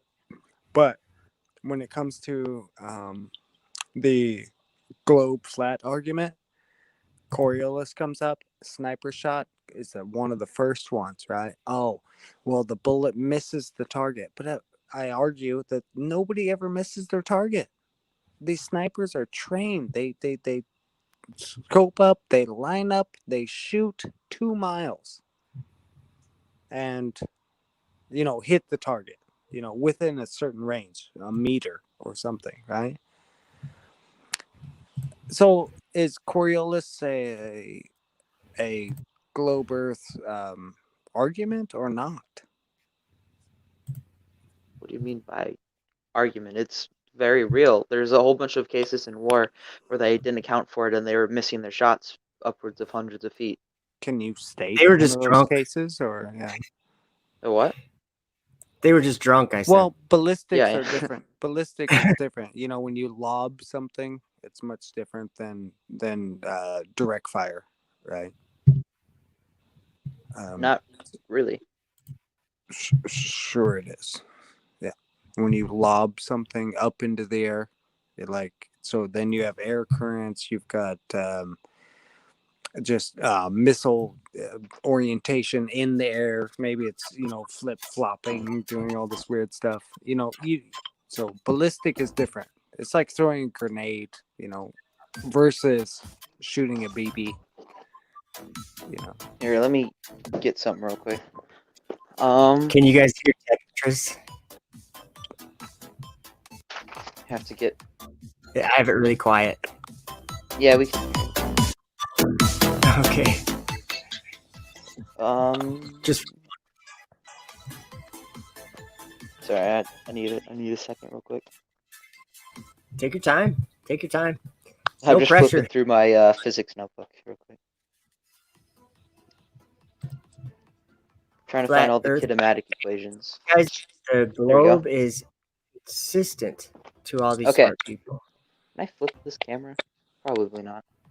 Okay. So these are equations used for calculating these equations are used for ballistics. Trajectory of ballistics. But you always use these for any body that is traveling.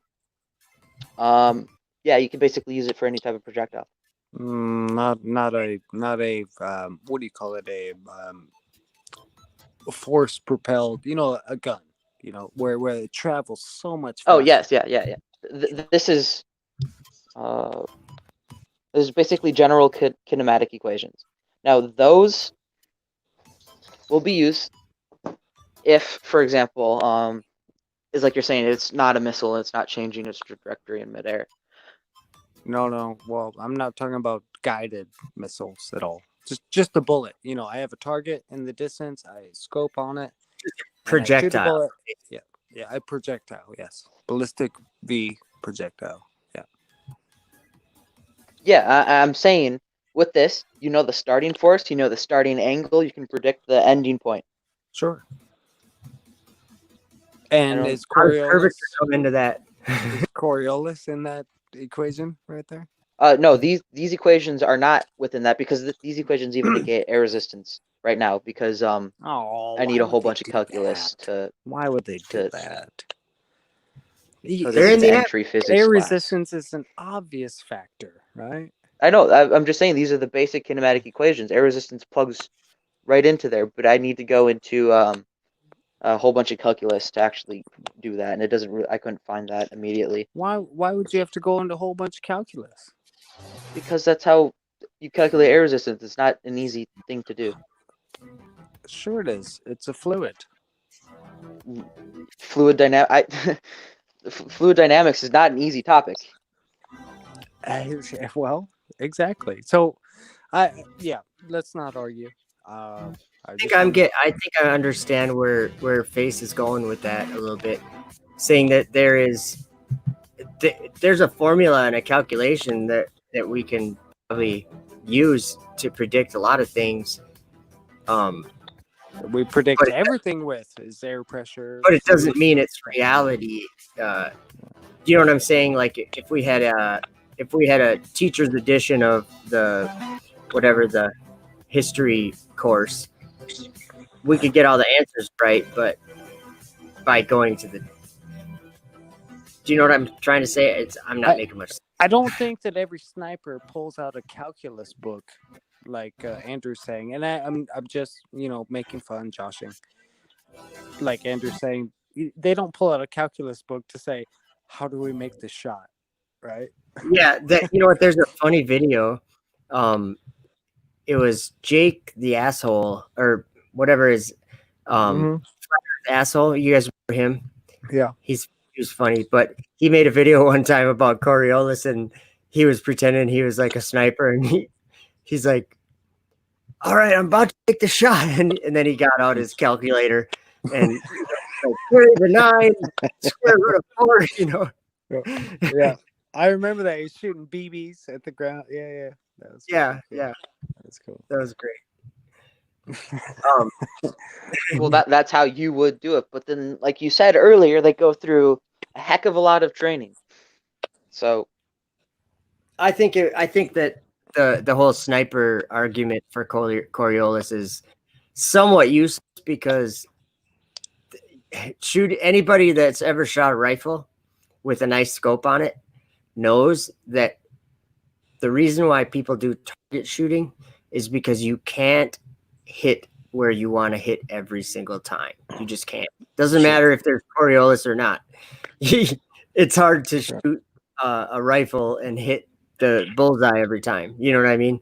So I think there's a too much room margin for error there to make any kind of, you know. Well, there's bullet anything with that, spin but- drift, right? You've got rifling in your barrel. Let's just say whatever kind of gun you're using. You got spin drift. You've got what they call that's gonna make bullet wandering, where as you get further away, the bullet might just start spinning end over end. Just shit like that. It all depends. Yeah. If it stops, its rifle spin, it's gonna topple. That's right. Yeah. Maybe depending on the shape of the bullet, but the globe Earth says that if you miss your target over 2 miles, it's because the Earth moved. Right. That's what it said. Or you could just be a bad shot. Yeah, link in the chat again for Roderick there. Yeah. I noticed he dropped off a little bit. He might be anyone that wants to join, if you got anything to say, more than welcome. I'm actually taking a fluids dynamics course. Oh, cool. Sometime in the future. Let's see what I'm doing. Cool. Yeah, what do you got planned for just out of curiosity, what do you got planned for the coming years, Andrew? Well, Andrew's I'm planning. Andrew's a young guy with a future ahead of him, right? Hopefully. I'm basically planning to get a degree in chemical engineering. Cool. What's your end goal? The degree to get a job that I enjoy and to make a lot of money. So what do you enjoy? What do you enjoy? Like, I don't know much about chemical engineering, so like what part of it do you enjoy? He's done some chemical or chemistry experiments. Cool. Like quite a few of them, actually, haven't you, Andrew? Reactions, catalysts, all that stuff, right? Yeah, basically, I have a whole bunch of books right next to me. Hold on, I'll grab them. See, like this one goes over molecules. I don't know if you can see that. I don't know. They're kind of far away. Anyways, I really enjoy doing chemistry and all the sorts. Mm-hmm. And I actually have a periodic table on my wall. Nice. So yeah, it's kind of wacky. What are there on that periodic table? Are there let's call them weights listed below every element, or whatever they call them, numbers listed below the atomic mass of it? Okay, cool.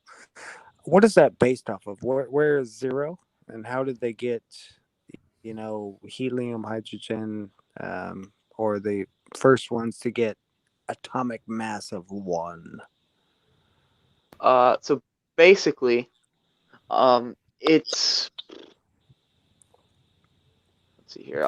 It's basically the atomic mass is those numbers are averages, of all the known isotopes. Based upon what? What do you mean based upon the numbers? The numbers What? averages based upon the atomic weight of the atomic particles inside of it. Say like a proton and neutron.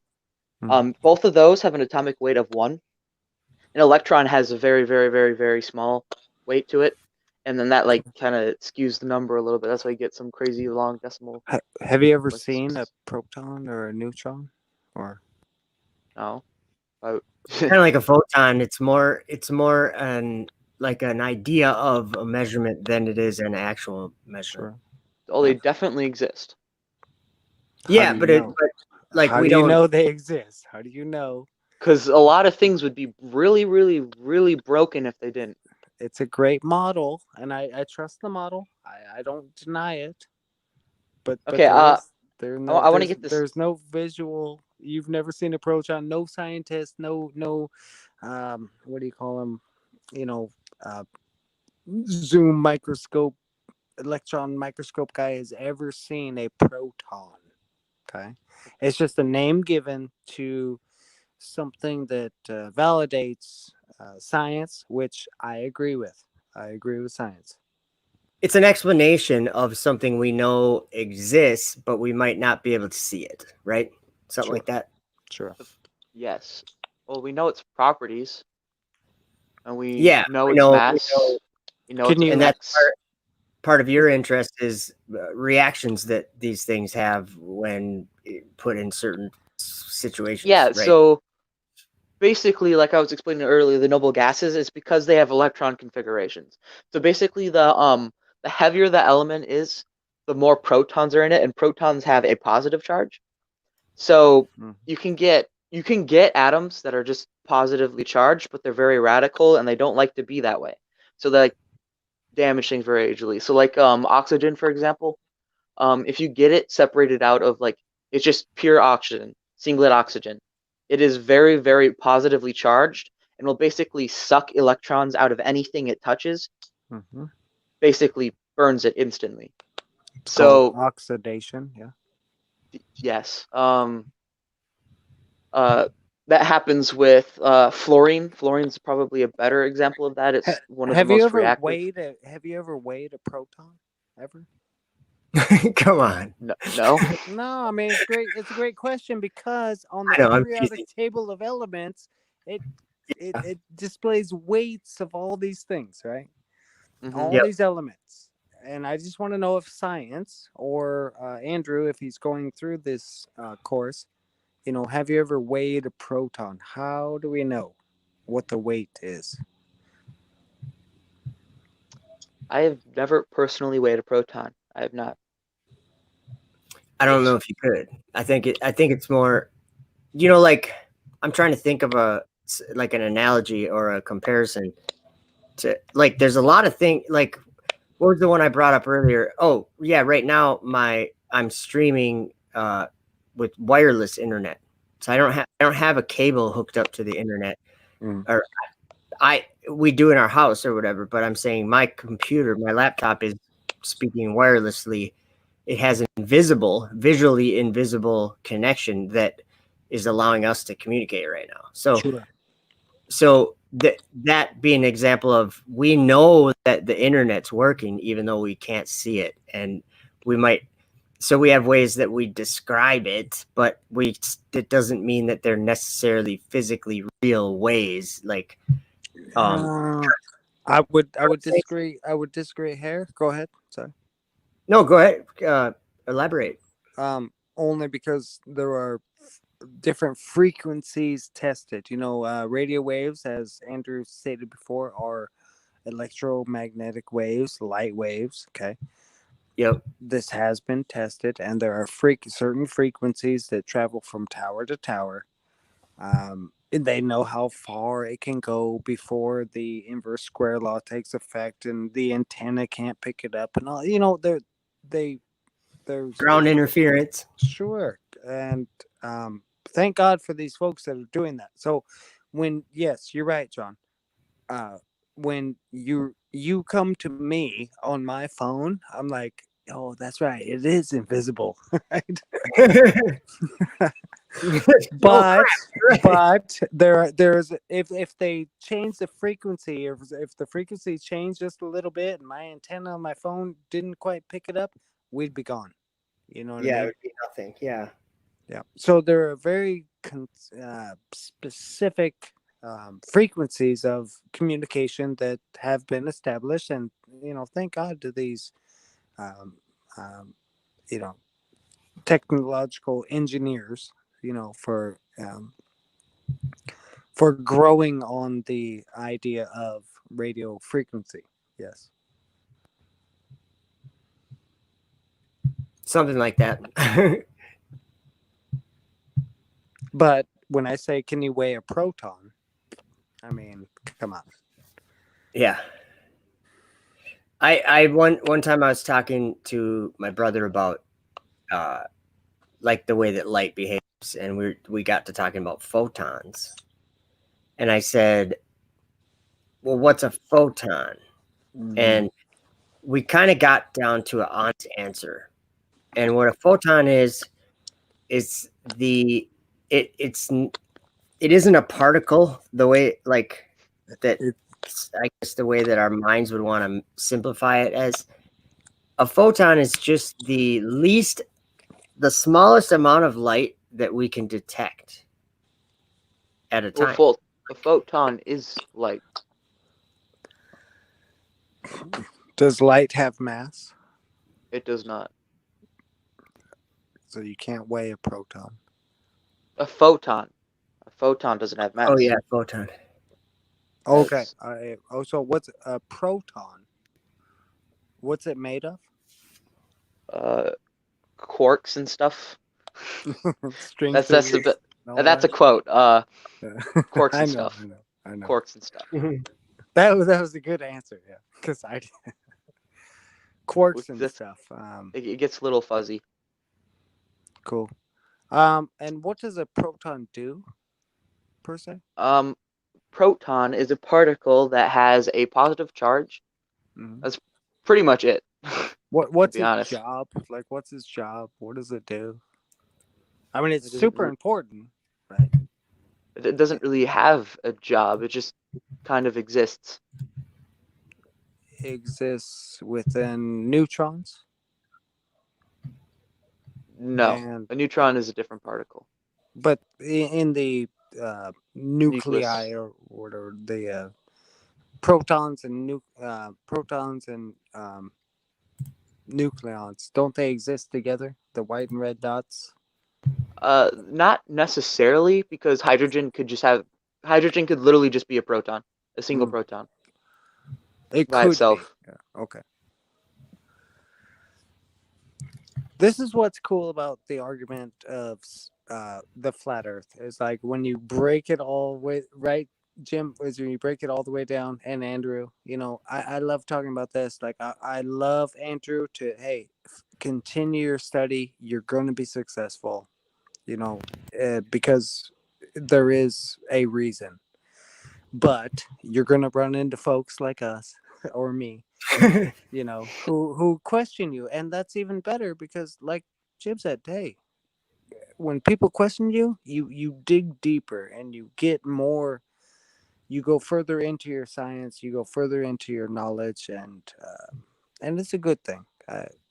And we can have a civil discussion about these abstract things, right? Mm-hmm. I agree. Well, okay, so my background, I should have a good background going. That guy, he says he's on his cell phone. He's talking to this other guy. He points at the ground and he says, "No, it's flat." And this guy points at the ground. And he says, "No, buddy, no, it's curved." And then we step back to get some perspective on the whole situation. There you go. I just had to share that. Oh, my dog was asleep and I pet her and she freaked out. Oh. So I'm thinking about. Oh, go ahead. But I want to get this across. Science doesn't prove things. The only proof really lies in mathematics. So like 1 + 1 = 2. That's a proof. No, it's not. Yes, yeah, it is. What is 1 + 3? 1 plus 3 is 4. Okay. Is What that is a one? I don't or is that just What is 2 plus 0? 2. Okay, so math doesn't. You said what? What did you say was 1 plus 1 equals 2, right? Yeah. So 2 plus 0 equals. 2. 2? So 1 plus 1 is not the only mathematical proof. It doesn't prove anything. It just gives a result. It's more of a representation of something Yeah. real. You Yeah. know? It's pure logic. That's if you have one quantity and you have another quantity and you add them together, the sum of the two quantities, then you will have two quantities. Can I get to that quantity in any other way? I don't understand. You have a glass full of water. You might have added water. I may have already had a glass of water. Like how math is not the proof. It's just the end result of a language called math. That's all. And I don't Math is deny it. logic. You can't. Some things are always true, like a squared plus b squared equals c squared. That is always true Sure. in two-dimensional was it Euclidean geometry. Euclidean, yes. It is always true. Okay. It doesn't matter what like value you put in there. There's no. It's math isn't really. You have to apply meaning to numbers. So like the number, I'm not that good at explaining this. Is not like my expertise. No, Well, we're understanding what you're saying. I think like 1 apple plus 1 apple is 2 apples. Yeah. We're representing the red apple as 1 apple. but I could have had 4 halves of an apple to represent. And Yeah. And in math, you would have 4/2. Yeah, you'd add it, and it would be it would make sense. So math is just a road to get to a spot, you know. And talking about Euclidean geometry and Pythagorean's theorem, you know, that's plane geometry. And that holds consistent to what we see every freaking day. We build with you know, a squared, b squared, c squared. We build with that every single day. We don't take into any calculus, curvature, or anything on even huge jobs, airports, right? Yeah, you do. How do we do that? Well, obviously, the people don't run calculus equations in their head. That the computers do it. What computers are you talking about? Well, on an airplane, they have computers. No. When we build an airport, I'm talking. Uh, Not when an airplane's landing, you know. I guess it'd be like applying. That's a good example of this. It's like applying Runways. a light bulb in a trying to build a plain wooden box, like like electrical engineering. You want to apply that to basically fluid dynamics in a way. Who? Me? I don't. Who would apply that? Imaginary person A. Okay. Who would it be? It would be subject number 1. Yeah. But what are they trying to figure out with the light bulb in the box? What's their goal? No, I was just saying your goal is to build a plain wooden box, nothing else, just a wooden box. You wouldn't need to use a whole bunch of equations to see like how radiation interacts with the box to know that you're building a wooden box. Okay. You're just saying, like, keeping it simple. You have like until you apply your experiment for the radiation, you're not really affected by it. Just building the box. Sure. I think I'm. You're right on. One thing that I saw was interesting in the chat. I put it up on the screen. It was Ryan Eartherton that said the sun's. Where was that? I think he said the sun's vicinity. Yeah, right here. the sun's vicinity excites the gases. This is what I'm understanding it to be. Because these noble gases that we're talking about, I know I'm kind of changing the subject a little bit, but It's okay. these noble gases that we all are aware of in the upper atmosphere, I believe that they're working, and I think the moon is the same way. It's getting charged up somehow from the sun. And of course, I'm just speculating, but it seems to me that when I I have drone footage. I'll try to find it. I do have some drone footage that I took it was on the 4th of July one year, because you can see fireworks going off everywhere. But it was when it was long after the sun had gone down, and I was able to just watch the light kind of moving away as the sun was going. I mean, it was dark already, but there was this. I'm going to try to find it while you continue to talk. So basically, the northern lights are that. The sunset colors are not. That's how I'm going to put that. I didn't even think of the northern lights in this yet. So because that is ionized gas. Okay. It's not necessarily noble gases, because you need a really good concentration of noble gases at like the right, and you need a lot of voltage to pull that off, like a lot of potential. How do you know that? Just to excite, just charge the gases to light them up. I mean, has there been an experiment locally, like in a small scale, to reproduce the auroras, or is there just an explanation for it? Right? CGI, NASA does it with CGI. No, I'm just kidding. Has there been a local small scale, reproduction of the auroras, the way that lights, or is it a phenomenon that is unexplainable, but yet we have an explanation for it called distant sun, Earth, atmosphere, pole, all this stuff?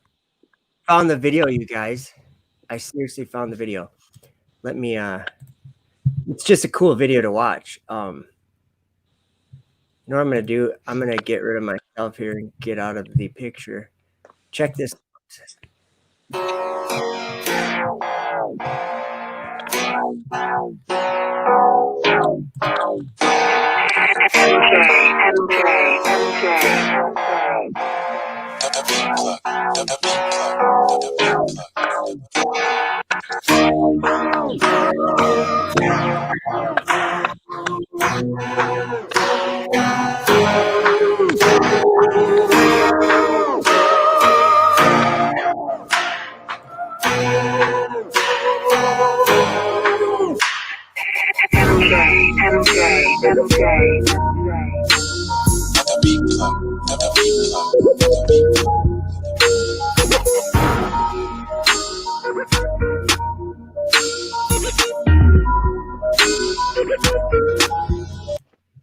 Do you guys see that?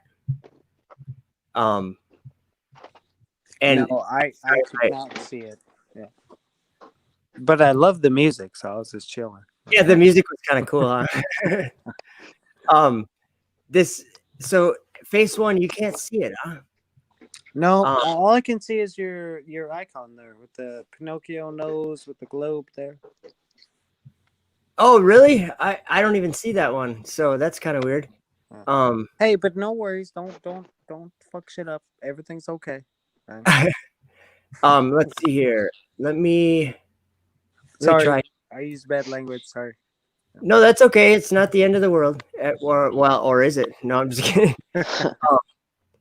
No, like I said, we all live in a real world, and we're not living under a rock, so it's not like a problem that like I'm gonna hold against somebody or something. It's just something I steer away from is all. So sure.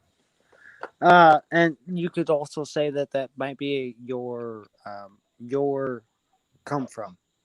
You know what I mean? Yeah, my just whatever you call it, my I don't know what you'd call it. just who you are, right? Yeah. So, but if you do have a live show or something and somebody spits out a word, you can't hold it against them because, you know, maybe like we talked about, you know, maybe it's just a slip of the tongue. I try not to swear, you know, because I do believe it's wrong, especially in front of my nephews and, you know, all that stuff. So, but at the same time, sometimes it's like, don't fuck it up. Oops, sorry. You know. It happens. And honestly, like that, like I'm saying, I'll just give like my quick opinion about the way that these stereotypes of maybe what a religious person would be. You know, they wouldn't swear. They wouldn't have these slang words and things like that, but they do. The fact is that we all do. And what you just said is probably the stance that we all take. We all try to watch our mouths and be appropriate, and sometimes we're not the best at it. That's probably about that, like the best way I could put it. Absolutely, just do your best, you know. Hello, Especially Adrian, Marcus and Iger Television. Good to see you guys. Hey, sorry, go ahead. New folks, or yeah, just in the chat, I've seen some people there. Michael J. Spencer, Kelly Lowry, Ryan Eartherton, Flat Earth Frank the Tank. I've heard of Ryan Eartherton. He's Nathan Oakley chat, I think. Oh, okay. Yeah, I've seen Ryan Eartherton around a lot too. Yeah. And Iger Television, it's been a while. Good to see you.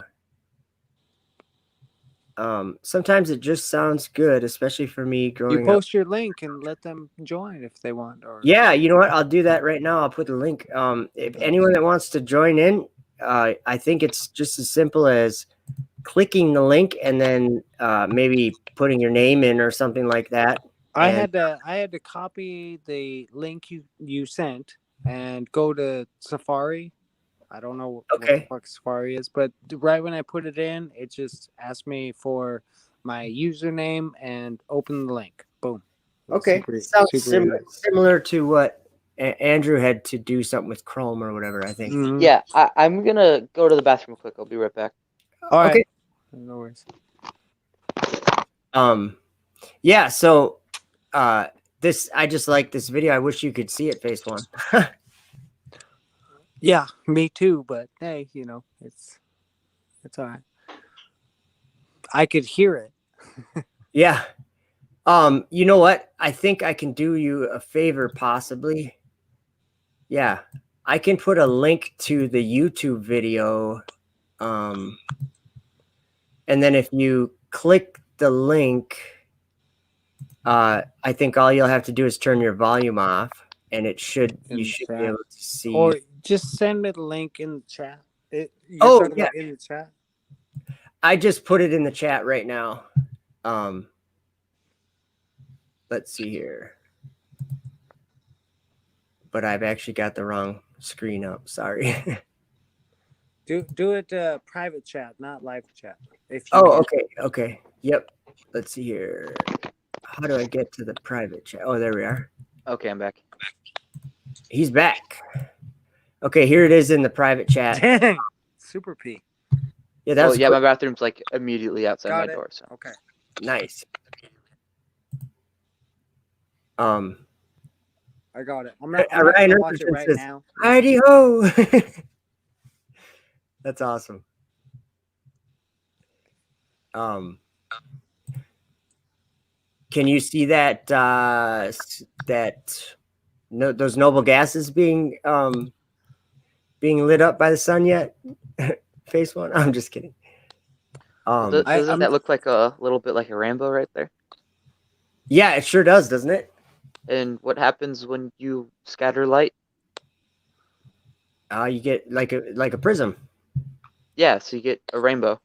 So that's what's happening. Well, wait.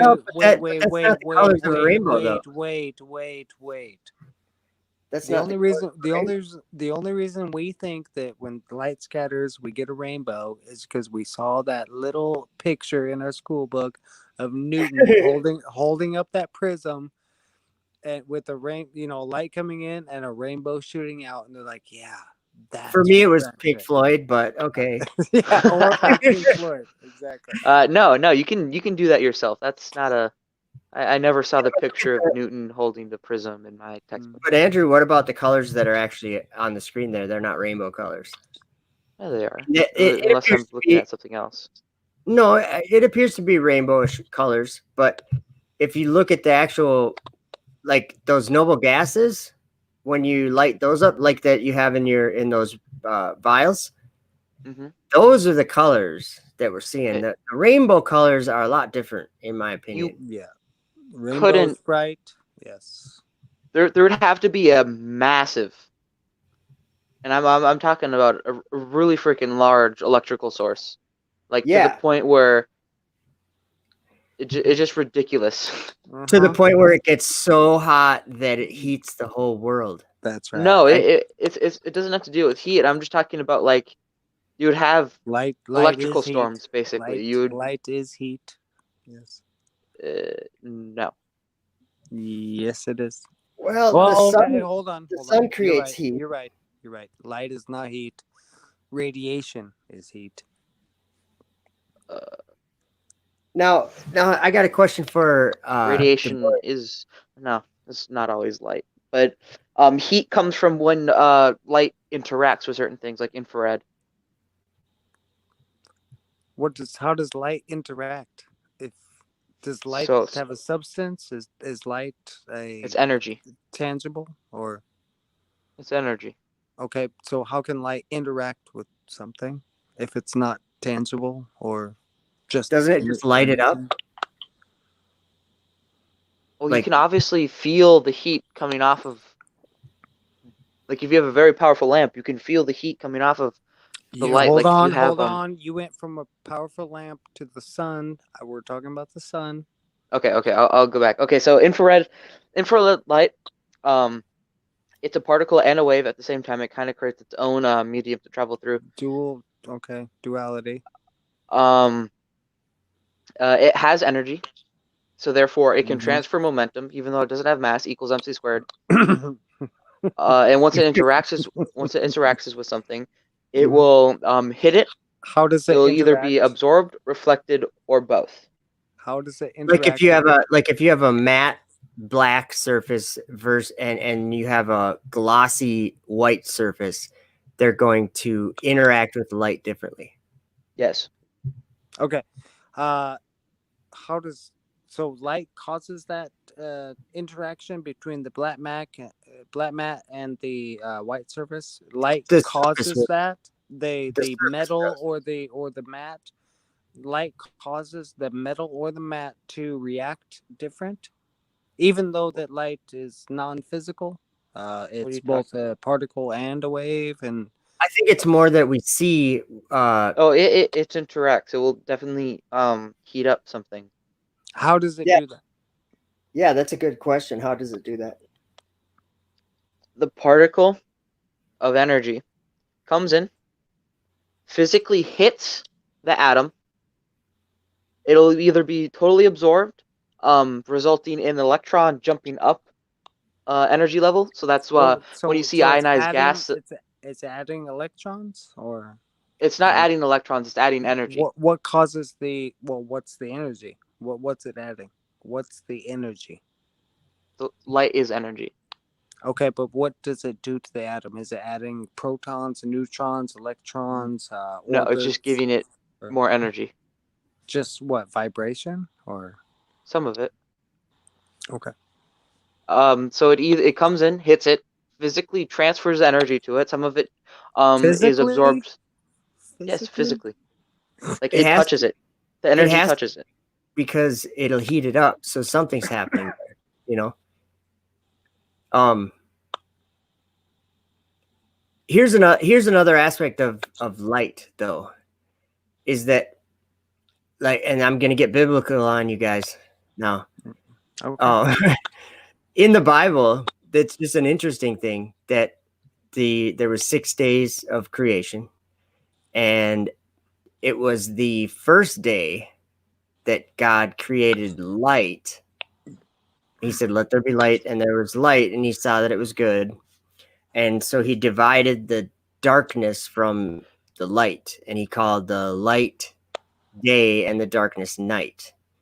Now, I think this really, I know that people don't think of the Bible as the science book, but I'm learning that, like, a lot of the things that Andrew is knowledge in and is learning, like with chemistry and things like that, most of these things are already they're like already explained in the Bible, but it's in a way that I think our society that we live in 2020 is not quite ready to understand it that way.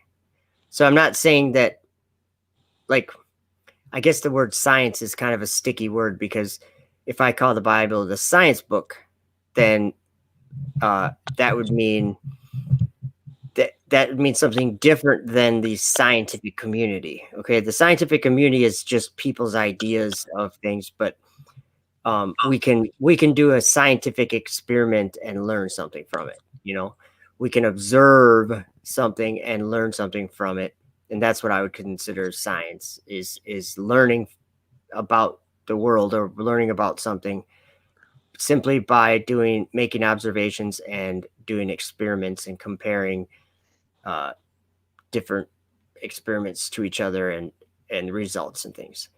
But I think that in the Bible, that this idea of light and darkness that was created, this was all created before the sun was even created. It wasn't till the 4th day that God created the sun. So it was the 2nd day he made the firmament, and then in the 3rd day he made plants and herb yielding seed and like all these things. How did that all happen without the sun?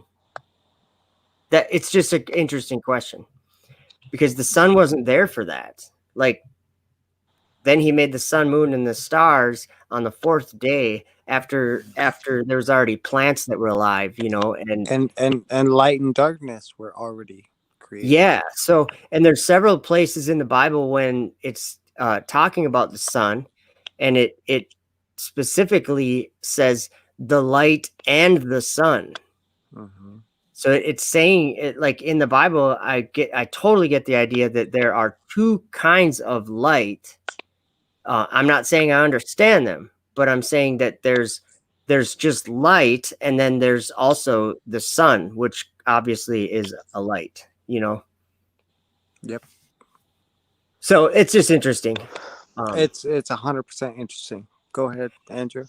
Yeah. What were we discussing again? We were talking about the photons heating up metal. A dark panel, A versus reaction light of some panel. kind. Yeah. Oh yeah. Light will interact with the atom, giving it energy, and that will either be in the form of heat, or electron will jump up an energy level, and when it jumps down an energy level, it releases another photon. So it'll release it back probably at a lower energy. So that's why you get noble gases to glow, is if you run electricity through it, you're adding electrons, which then adds the electrons then get excited, they jump up, and as they jump back down, they emit light. And that's how we have fluorescent light bulbs. Yes. Well, Yeah. sort of. It's almost the exact same thing, really. What happens when I have those the 2 panels that Joe Hill was talking about? The black panel and the white panel, and one of them reacts differently to sunlight. It gets hotter versus the white panel. That's okay. Now, what happens when there is no sunlight? Let's say the sun passes over and those 2 panels are still sitting there. How come they go back to the exact same temperature, right? because they radiate off their heat. And where does that heat go? Or into It's the entropy. air. It just wants to disperse evenly throughout and what everything. is that heat? Is that heat atoms or electrons or? That heat is the atoms physically moving and hitting each other. It's called kinetic like energy. friction. It's Okay, friction. and they dissipate into the air, or? Yeah, it's just like a whole bunch of atoms wiggling, and then they want to all wiggle evenly because entropy. So the metal itself is actually deteriorating because those atoms are leaving the metal. They're Saying, not I want to leaving. be cool. I want to cool down. They're, The they're atoms changing are not orientation. leaving. They're They're not changing. doing that either. Okay, so I need let's see what I got. I don't really got anything. Okay, so you see my screen? No, I can't, but I can hear you. That's okay. Okay, so you got a ball. So imagine a ball as an atom. Mm-hmm. Now, as long as it's not at absolute zero, which nothing can ever be, it's constantly like vibrating and wiggling. Mm.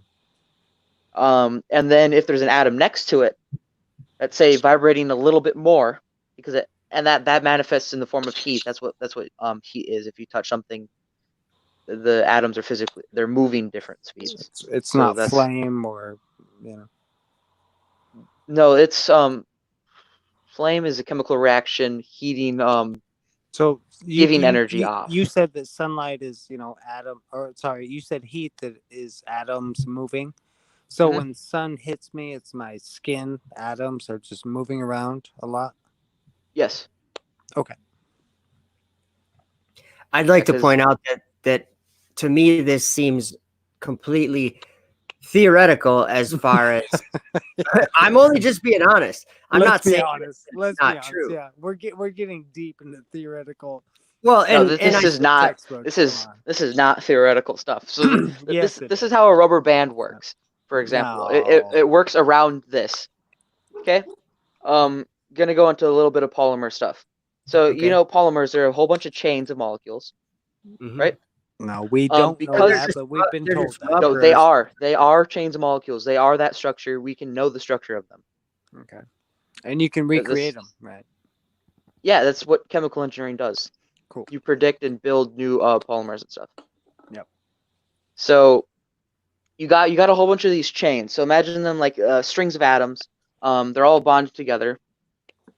And the easiest way to demonstrate this is imagine you actually holding a physical chain and then adding some kinetic energy by vibrating it or shaking it.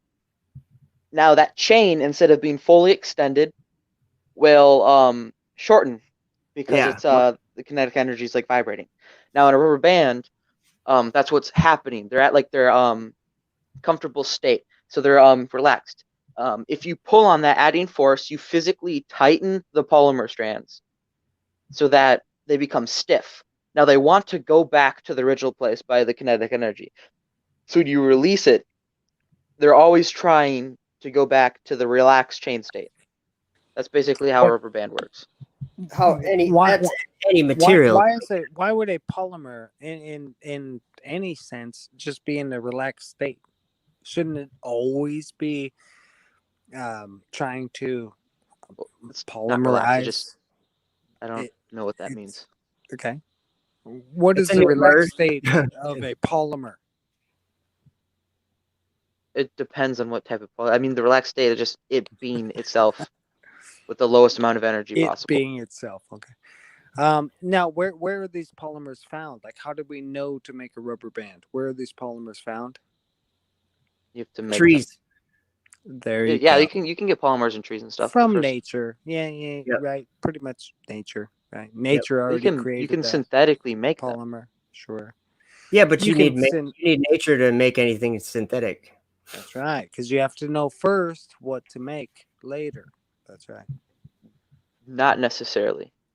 Okay, tell me any synthetic. What synthetic thing has man made that nature has not already created? That's a good question. Plastic. Well, that's already in nature. No, yeah. No, it's not. So what is plastic made out of? PET is not found in nature. What is plastic made out of, though? Polymer. And what is polymer made out of? Atoms. And where do atoms come from? It's part of nature, right? Well, if you go like that train of thinking, everything is nature then. Yeah, so Absolutely. that's exactly what I'm thinking. That's That's the exactly point right. I'm making. I'm not trying to say you're wrong. The point I'm making is that all of the knowledge that we can have about these things, and one thing that always comes to mind is, it's a good analogy. And actually, I think it was you, Andrew, that mentioned this about, okay, we know what clouds are, right? And Yep. we know how clouds can turn into rain and then get heavy and enough to fall, right? Yep. And so, like, the science of that is what it is. Okay, like we understand what's happening to the gassy water molecules, and they collect with each other until they're a drop. Yeah, condense till they're a drop, and then they have enough mass to fall, right? Yep. That was mass in quotations there, by the way. Good. So but so we understand that, and I don't think we're trying to have a argument about that, but I would say what I feel is important to at least get from that type of debate question is, what is the clouds though? What we understand that we get water out of the clouds and everything, but what I'm saying is, do we really know what is happening there, or is it just that we are able to observe the things that we can observe, and that's our idea of what we're observing because it makes sense? What I'm saying is, I believe that there's a spiritual side to all of these things, that when we're talking about tables of elements and things, and I believe that just like the sun and moon govern the day and the night in a very real way, I think that angels, they govern the storehouses of rain, and I think that it's much more spiritual than just a table of elements. Do you know what I'm saying? And I know that probably sounds like wishy-washy a little bit, but I'm not trying to. Hey Dank, good to see you.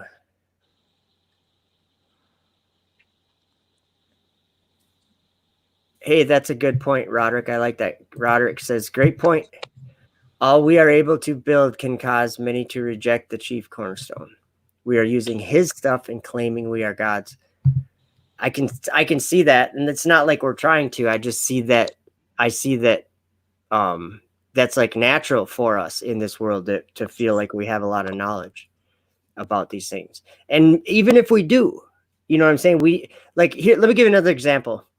And this is a good example. Okay, what are the flat earthers or the biblical cosmologists, what do they believe about the sky?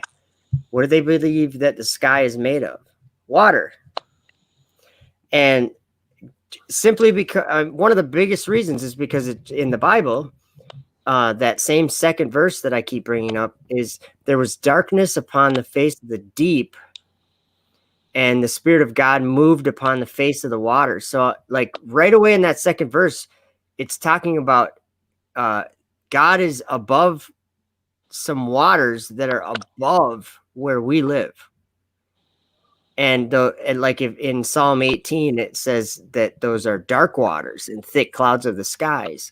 So my example, or my analogy or whatever, is it's going to go to NASA JPL. They are learning exactly what Genesis 1 verse 2 says. And they might not realize it the way that Genesis 1 verse 2 states it, but that darkness that they're going into, or that they're exploring or whatever, that is the reason why it's waters above, is because it is a different realm. It's a celestial realm, like a spiritual angelic realm. And you can't go there. That's right. And that's exactly true. And nothing physical from this world can manifest there.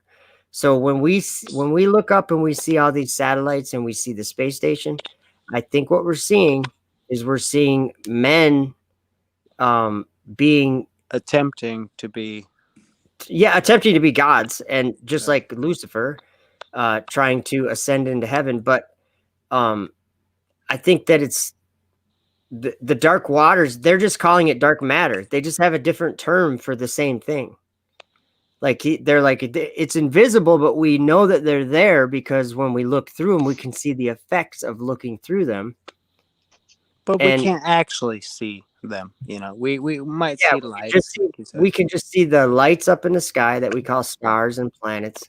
And when we look at them, we can see that they're like shimmering. And those lights in the sky goes straight back to your first biblical verse. Everything is God created light. Right? Yes. Yep. And these guys, somebody, I don't know, and I wouldn't put it against, or I wouldn't put it past men to try to create these things to get lights in the sky, right? To make certain folks believe that, hey, we own this area out here, right? We've been there. We've explored it. Yeah, we've explored it. That's something that I don't think people realize too is in Revelation, there's the angel of the bottomless pit, and his name is Abaddon in the, or I can't remember exactly which was Greek or Hebrew, but it was Apollyon. Mm-hmm. And I'm thinking like Apollo. Mm-hmm. And like the whole idea of, Apollo was the god of archery. Mm-hmm. And what are rockets? Like, I just see like it's just like a big bow and arrow. I mean, like, even in that same Tower of Babel story in the book of Jasher, chapter 9, what did the people do when they got to the top of the tower? They took spears and arrows and shot them up towards heaven to try to kill God. They wanted to place their own idols up there and worship and serve them. And so what did God do? He sent them strong delusion, and he dropped their arrows back down covered in blood to cause them to err. Now, whether or not this is a literal true story and how it all happened or whatever, there is a very important point, I think, at least to at least consider, and that is that we don't belong up in the heavens. And you can't, yes. That's what Jesus said. He said, Jesus said, no man hath ascended up to heaven, but he that came down from heaven. That's right. And so when they go up in a rocket, where are they going? Because they're not going to heaven. They're going into a terrible place, you guys. They're going into darkness. Darkness. Literal darkness. And that darkness always translates to us on a TV screen. Like, boom. Whoa, they passed through the Kármán line. Oh, now these guys are in space. Yeah, but we lost sight of the rocket. Can't figure that out. But now here's the screen, right? Here's the screen. Watch this. Yeah. That's actually kind of the point. We don't live up in space. Okay, so if it takes the resources of the whole world to have 3 astronauts living in low Earth orbit, is that really an accomplishment? Mm-hmm. I mean, and I know, Andrew has. He's right now. He's biting his lip. He's like, "Oh, you guys!" Right? No, I know. He's so. I just. We do understand where you're coming from, Andrew, for sure. So it's not like we're trying to like gang up on you or something. But I do see it to be dangerous to be trying to do things up in that darkness. Oh, I like what Flat Earth Frank the Tank says. They go in the ocean. They go in the ocean above Flat Earth Frank. I'm an excavator, so I dig down in the ground. Cool. You're an operator? Do you operate a machine or what? Yeah, I have my own machine, and so. Cool. That's awesome. I've been doing it my whole life. I learned from the best. Yelled and screamed at me. When I started on the ground. Watching them operate. Anyways, I need guys like Andrew, though. To excel and to become the best that they can Efficient. be. Yeah. Yes, at their field, because all science relates back down to earth. Right? Yes. Yeah. I So, agree. so I would never discount Andrew's ambition to say, No. yeah, I'm going to go. That's why. That's actually what I like about Deborium's channel. Is he? I think Andrew is an honest guy. Just because I've known you for quite a while, Andrew, and it's like Yeah. you seem to be honest and genuine, just like your dad. I mean that's what I see. Kind of the same thing. Mark is always that's your dad, Mark, right? Yeah. Or Mark, right? Yeah. Mark was always like had a really big heart.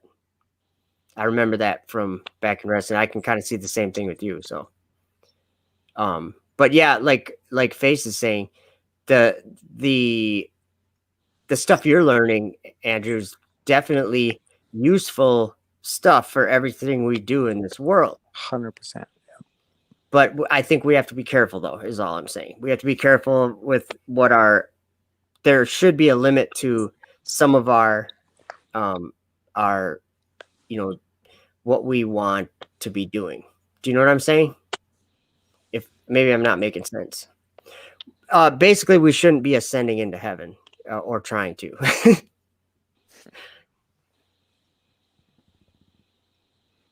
Okay, we got a question, and I like this. This is a good question. Flat Earth Frank the Tank says, Joe, do they get through the firmament, or are they still under it? We're gonna go to the Bible really quick, and I'll just share with you why I think, they could be under it and through it, but I do think that they're definitely through it, or that they will be at the end. I think it's all a production. I don't think there's anybody's ever been to the firmament or. And yeah, that could be. But it'd be so easy to reproduce here on Earth, especially with the waters above, waters below. Why not just go into a water tank called the NASA? Under aeronaut or. What do they call it? The buoyancy lab or something. Yeah, aeronautics, nautical meaning water. Yeah, aeronautics, water lab. What do they call that, Andrew? The something buoyancy lab, right? I'm not entirely sure. Okay, where they have a full scale ISS under the water, a full space scale, not just ISS. Yeah.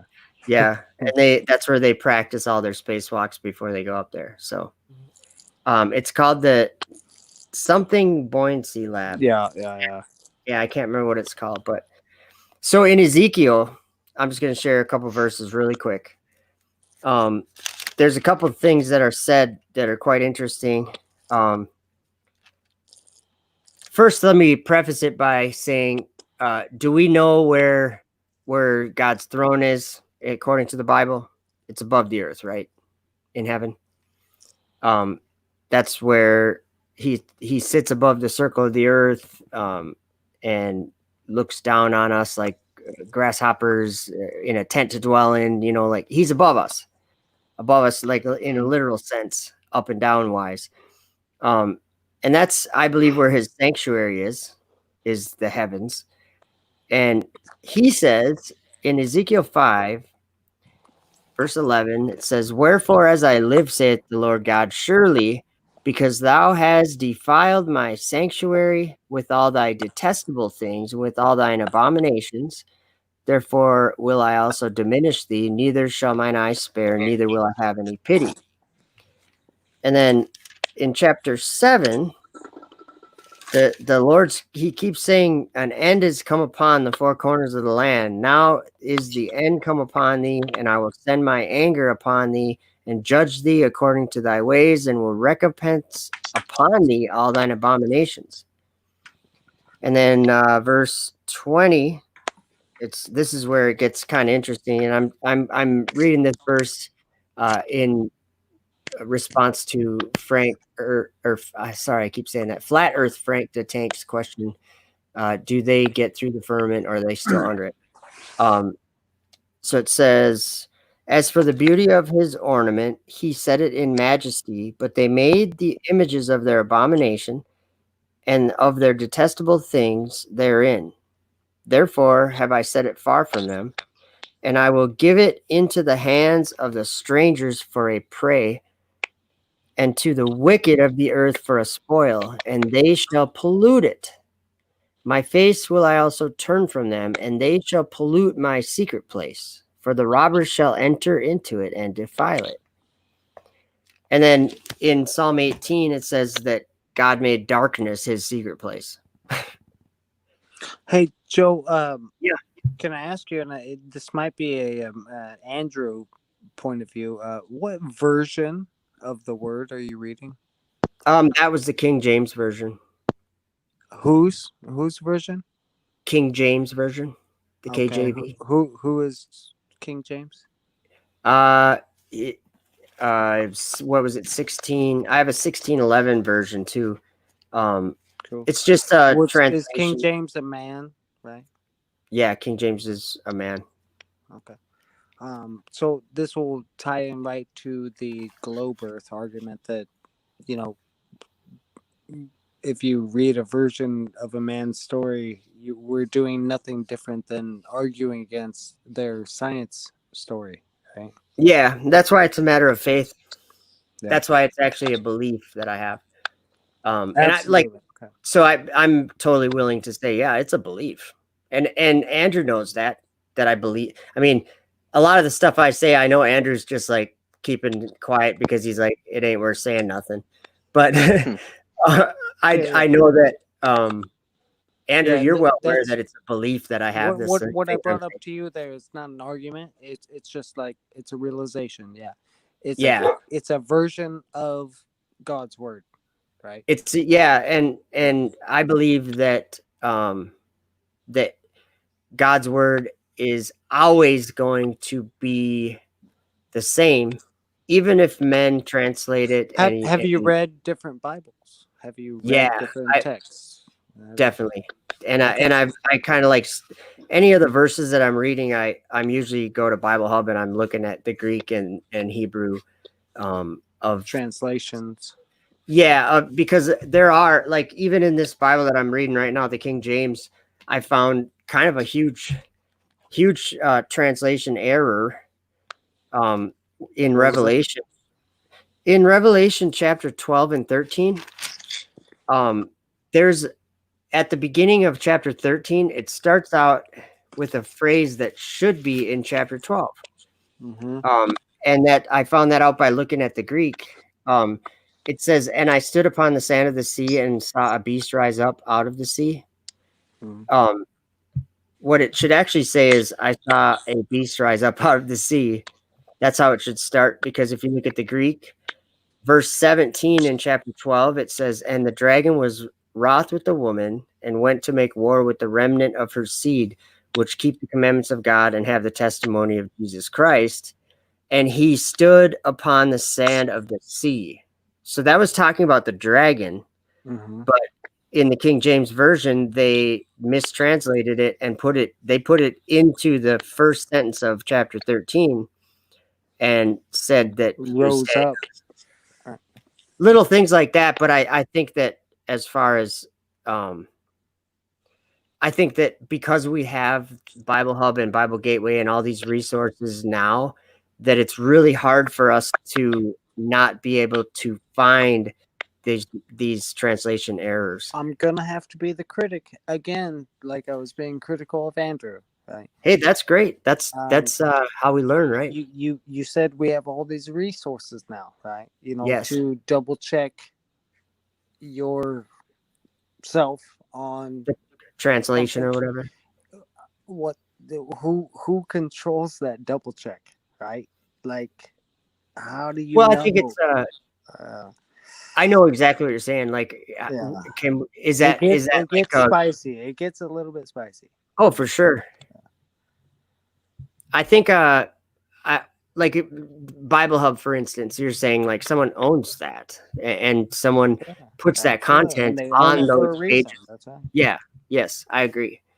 But I also agree that, I also would point out that the amount of people like me and you and whoever that is interested in getting the word of God, I think it's a lot of these resources are like very closely studied.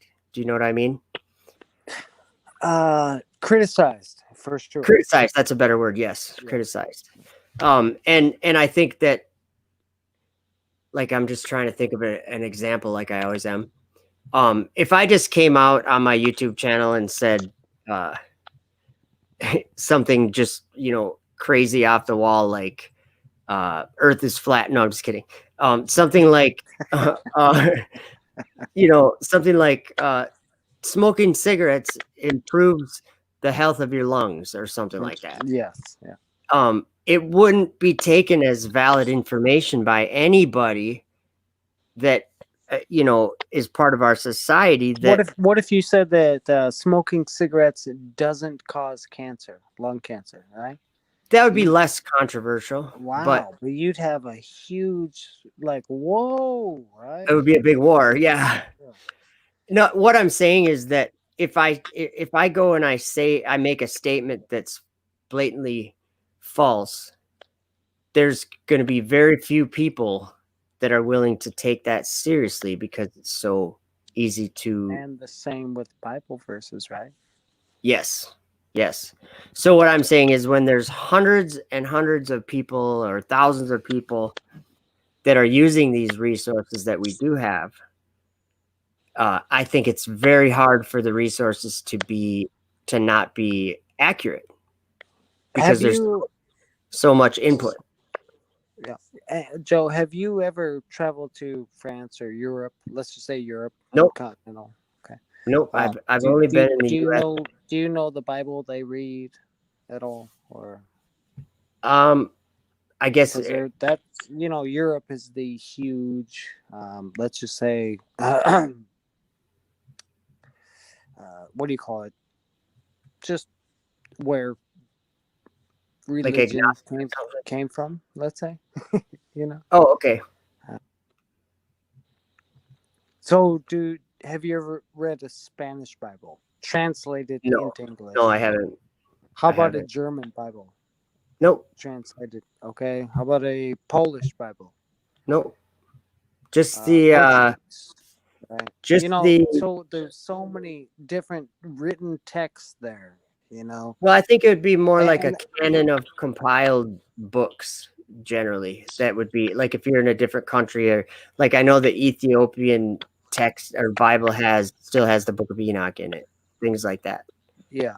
So there's definitely a different version of a Bible, right? Or a collection, let's say, a collection of books, because we have actual manuscripts.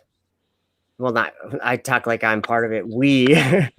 I know. It's okay. My buddy says, "What's all this we stuff? You got a turd in your pocket or what?" No. I get you. It's okay. But there are manuscripts of like physical scrolls and physical things that where these writings come from, and so that where did you get those in your King James version? I don't have those I just have the King James version. Yeah. And so, like I'm saying, one aspect is that, yes, it's a belief. It's a belief. I believe that do we think that King James might have interpreted those scrolls to maybe to his benefit, possibly? I think that that's a possibility with anybody, any human being that does, like that copies the Bible into another language or something like that. There's always the chance and the likely chance that their understanding is going to get in there somehow a little bit. Or especially with the powerfulness, the powerfulness of the Word of God. If you can script it a little bit and then call it the King James version of the Word of God. There might. Yeah, go ahead. Oh, no, I interrupted you. Go ahead. I was just saying there might be a whatever you call that.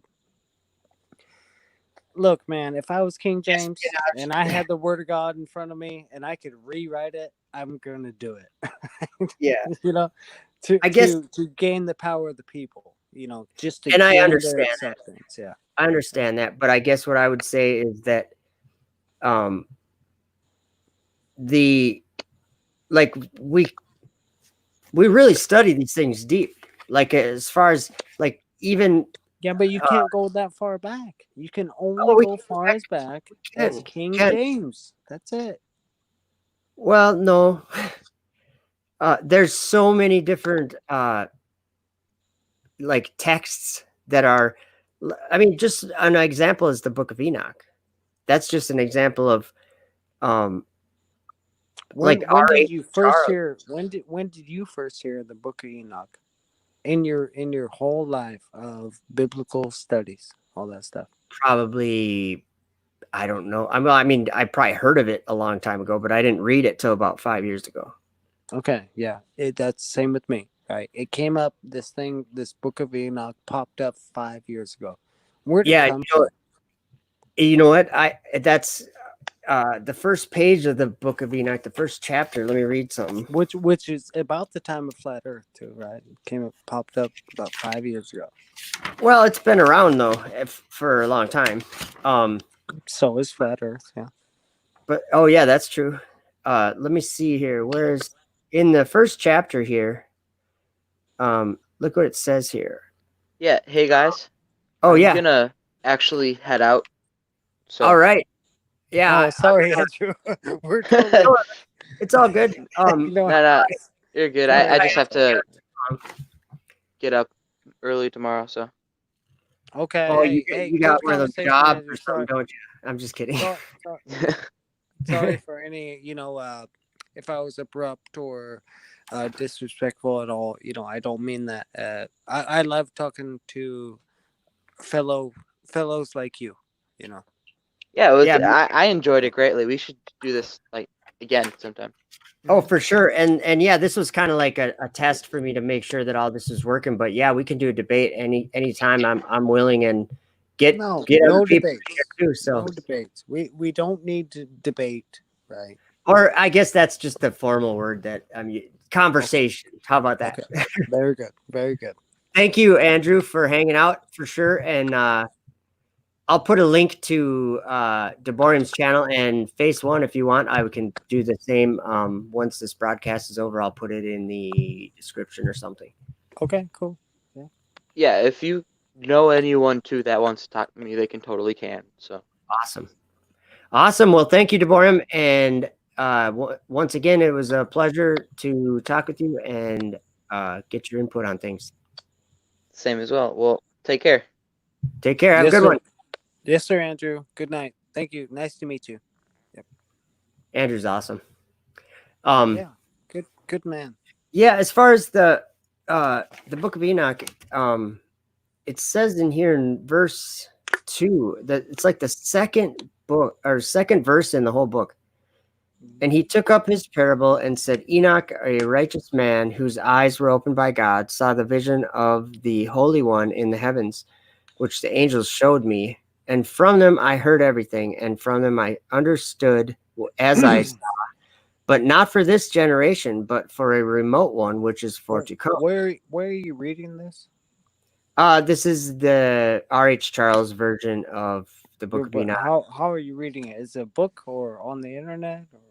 Oh, I actually just printed out. There's a website called sacredtexts.com. Okay. All right. And they have tons of apocrypha and the Book of Enoch and Second Esdras and Apocalypse of Abraham, Jubilees, and they got all these. And that's I just printed it off of that website, so I have. Okay. No printed. problem. But it's not something that my grandma, you read the King James Version Bible, your grandma, your mom, read, and all of a sudden we have this book called Enoch, right? I don't think it's all of a sudden, but But your yeah, it comes mom. into the limelight, is what you're saying, kind of. Yeah. What is that? Why is that? I think it was actually. I should read something to you, or I. It would take a while to read, but maybe I'll write it down in the chat here if anybody's interested. If someone goes and reads Second Esdras chapter 14. Now, Second Esdras was a Of book King that was James or the. it's an apocryphal book, but it's in the original in the 1611 King James, and then it was removed. But the chapter 14 in that book, Second Esdras chapter 14, is very interesting. And what ends up happening in that chapter is that Ezra is Do you find that the internet might be distorting your interpretation of the written word? no, Right. I don't. I think if anything, it adds clarity because we can study Okay. so much of the. Okay, but you always have your base, right? You always have your baseline called that book. The book. I'm trying to understand what you mean. All right, I'm not really The understand. internet can always change somebody's baseline because we have so much more information here on the internet, right? Yeah. Yep. You know, Yep. I don't have to flip pages to, such as, going through the Bible and seriously studying it. I can just go on the internet and type in a phrase or, a number and Research anything out, right? sure. But what are those sources on the internet? Right? It depends. You have to be careful about what sources you're You have using. to be 100% careful. Yes. Now almost godlike careful because you're testing the book on the internet, right? well, no. It yes and no. I mean, I yes, I printed up the Book of Enoch from the internet.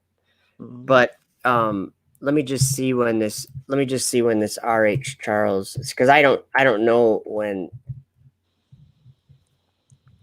I just want to see when he wrote this Book of Enoch. Sure. Just out of curiosity, because I've never looked at it. Those are things to know, right?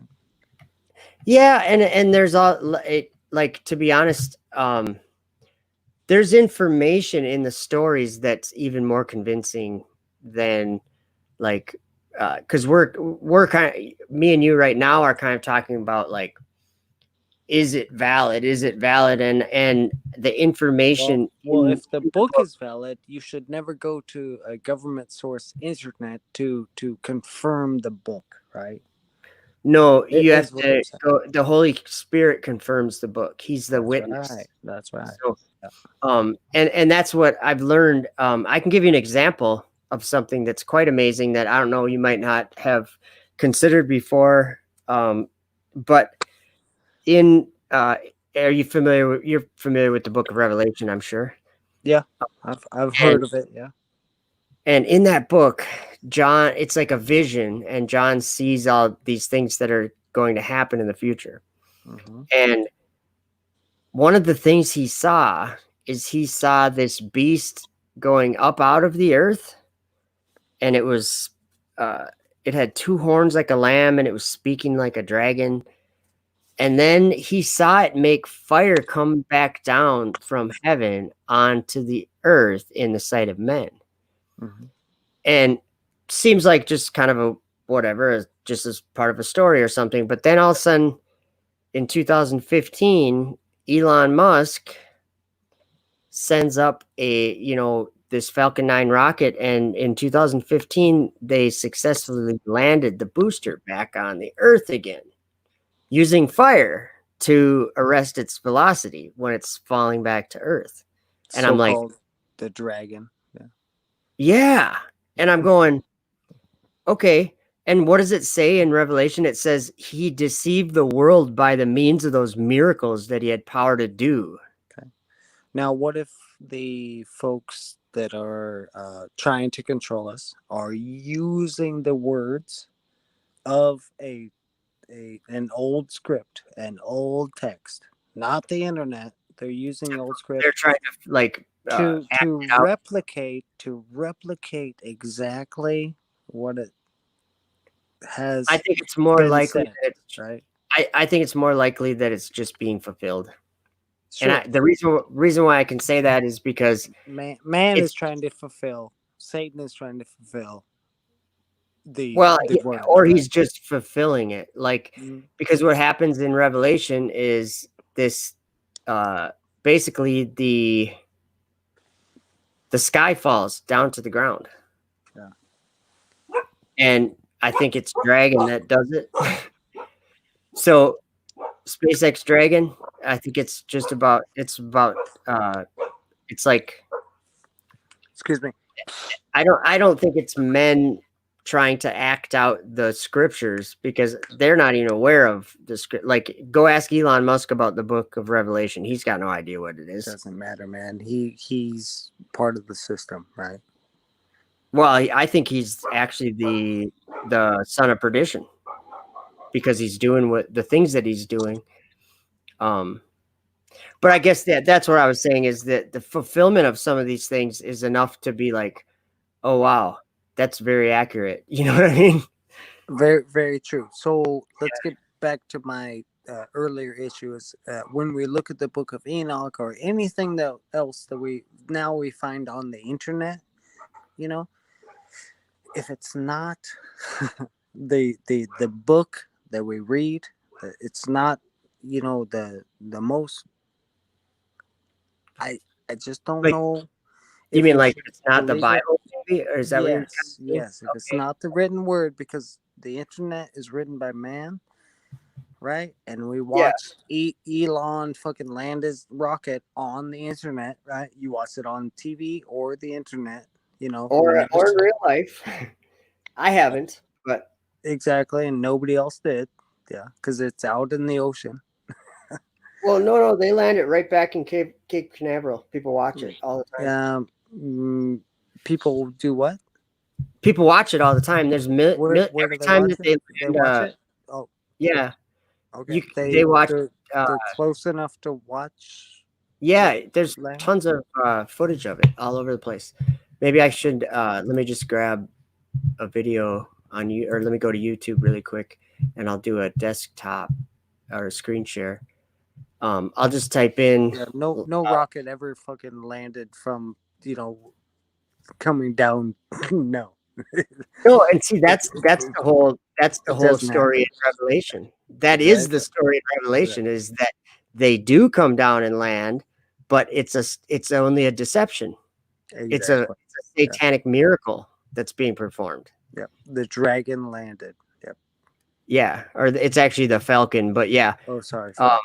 But you're aware of what I'm talking about. The Phoenix Falcon. I mean, come on. The reusable rocket idea or whatever. Yeah. Sure. Here's I'll do it'll take me just a second here. I'm gonna try to do. I can't watch it, so you don't have to. Oh, you can't. So it doesn't really matter anyway. Yeah. No, there's for miles around. Anybody that's anywhere near there, you hear it, you feel it, you get the sonic booms from it. It's okay. Anybody in Melbourne, Florida, anybody anywhere around there is well aware of them landing those boosters. I'm saying that I've been in a concert and I've been out back behind a stadium, and when the drums start kicking, I can feel it. I can feel it. Yeah, and a rocket engine. These are crazy things. Well, that's right. Well, why not just blast one off when the rocket's supposed to land? Just blast off a loud boom. Why not do that? I would do that. Well, it's a little more realistic than that. I wish you could see my screen. I'm just playing some reactions. So you're an Elon Musk supporter. You're all me. Yeah. Oh, hold on a second. Sorry, I got. Okay, you were saying I'm an Elon Musk supporter? Yeah, he landed rockets, shot them up, and landed them. Or that's what he does, yeah. But I'm definitely not a supporter of his. Okay. So you think that rockets actually landed? these falcons that went up, they actually came Yeah, back there's down? been like 60 of them by now. Okay, all right.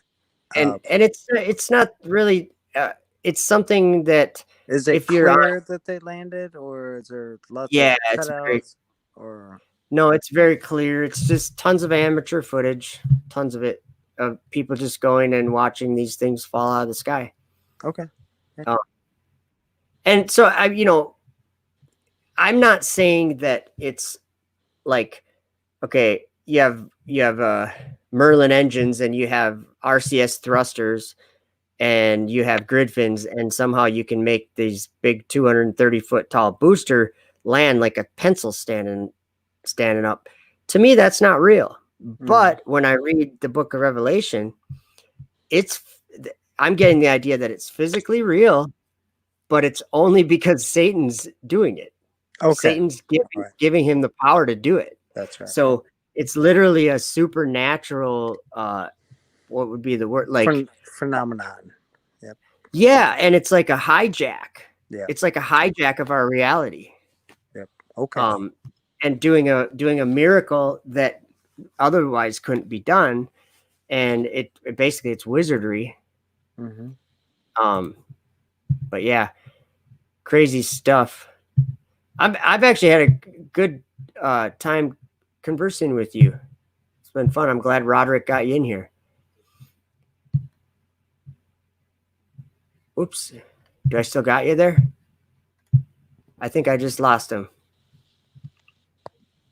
Sorry, I'm oh, there we go. I think he's back. Yeah. I think we lost him for a second. Yeah, my lady just got home. I gotta go to bed, so I'm All right. Well, it's nice meeting you, and maybe we'll chat again sometime. Yes, sir, Joe. No problem. Awesome. Have a great night. I enjoyed your All right. chat, and everything was cool, calm, collected. That's nice. Yeah. Thank you for your input. You betcha. Okay, next time. All right. Have a good one. All right. Good night. All right. Good night. Well, this is kind of exciting for me because now I can do this anytime. And honestly, it's been, whoops, we got, oh, look at that, 10,000 watching the Everyday Astronaut for the Rocket Lab. Or is this Rocket Lab? Yeah. They're trying to launch. They scrubbed the other day. There's so many settings here. Sorry. New comments. And I don't know what I'm doing anymore. So yeah, expect to see Michael Kahn. If you want to chat, actually, I'm going to end the broadcast, I think, pretty soon because it's been like almost 3 hours or something. But now that I have figured out how to do this StreamYard thing, I will be having guests on all the time. Whoops. All the time. So I'd love to talk to any one of you guys on here sometime. But I think I'm going to end the stream here. And yeah, if you guys have ideas or subject matter that you think I should talk about or anything like that, let me know and put it in the comments or something, or send me an email at eftupworld@gmail.com. Actually, I can put that in the chat here. At gmail.com. So thank you guys for hanging out. Kelly Lowry and Iger, Michael Kahn, Flat Earth Frank the Tank, and there was Roderick. There was Michael J. Spencer, Ryan Eartherton, Theodore Daniel popped in. I didn't even see you there. Oh, okay, that's a good point, Theodore. Thank you. Awesome. And Dank was in here too. Good to see you. Truth Matters. I didn't even see you there. Bad timing. Can't join now. Well, thanks for swinging over.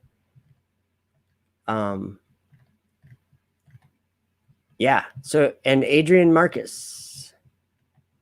I'm just scrolling up as I scroll. All right, guys. Yeah, expect to see me live with more conversation with people other than me. That'll be fun. All right, I'm going to end it. Thanks for hanging out, guys. And keep seeking the truth.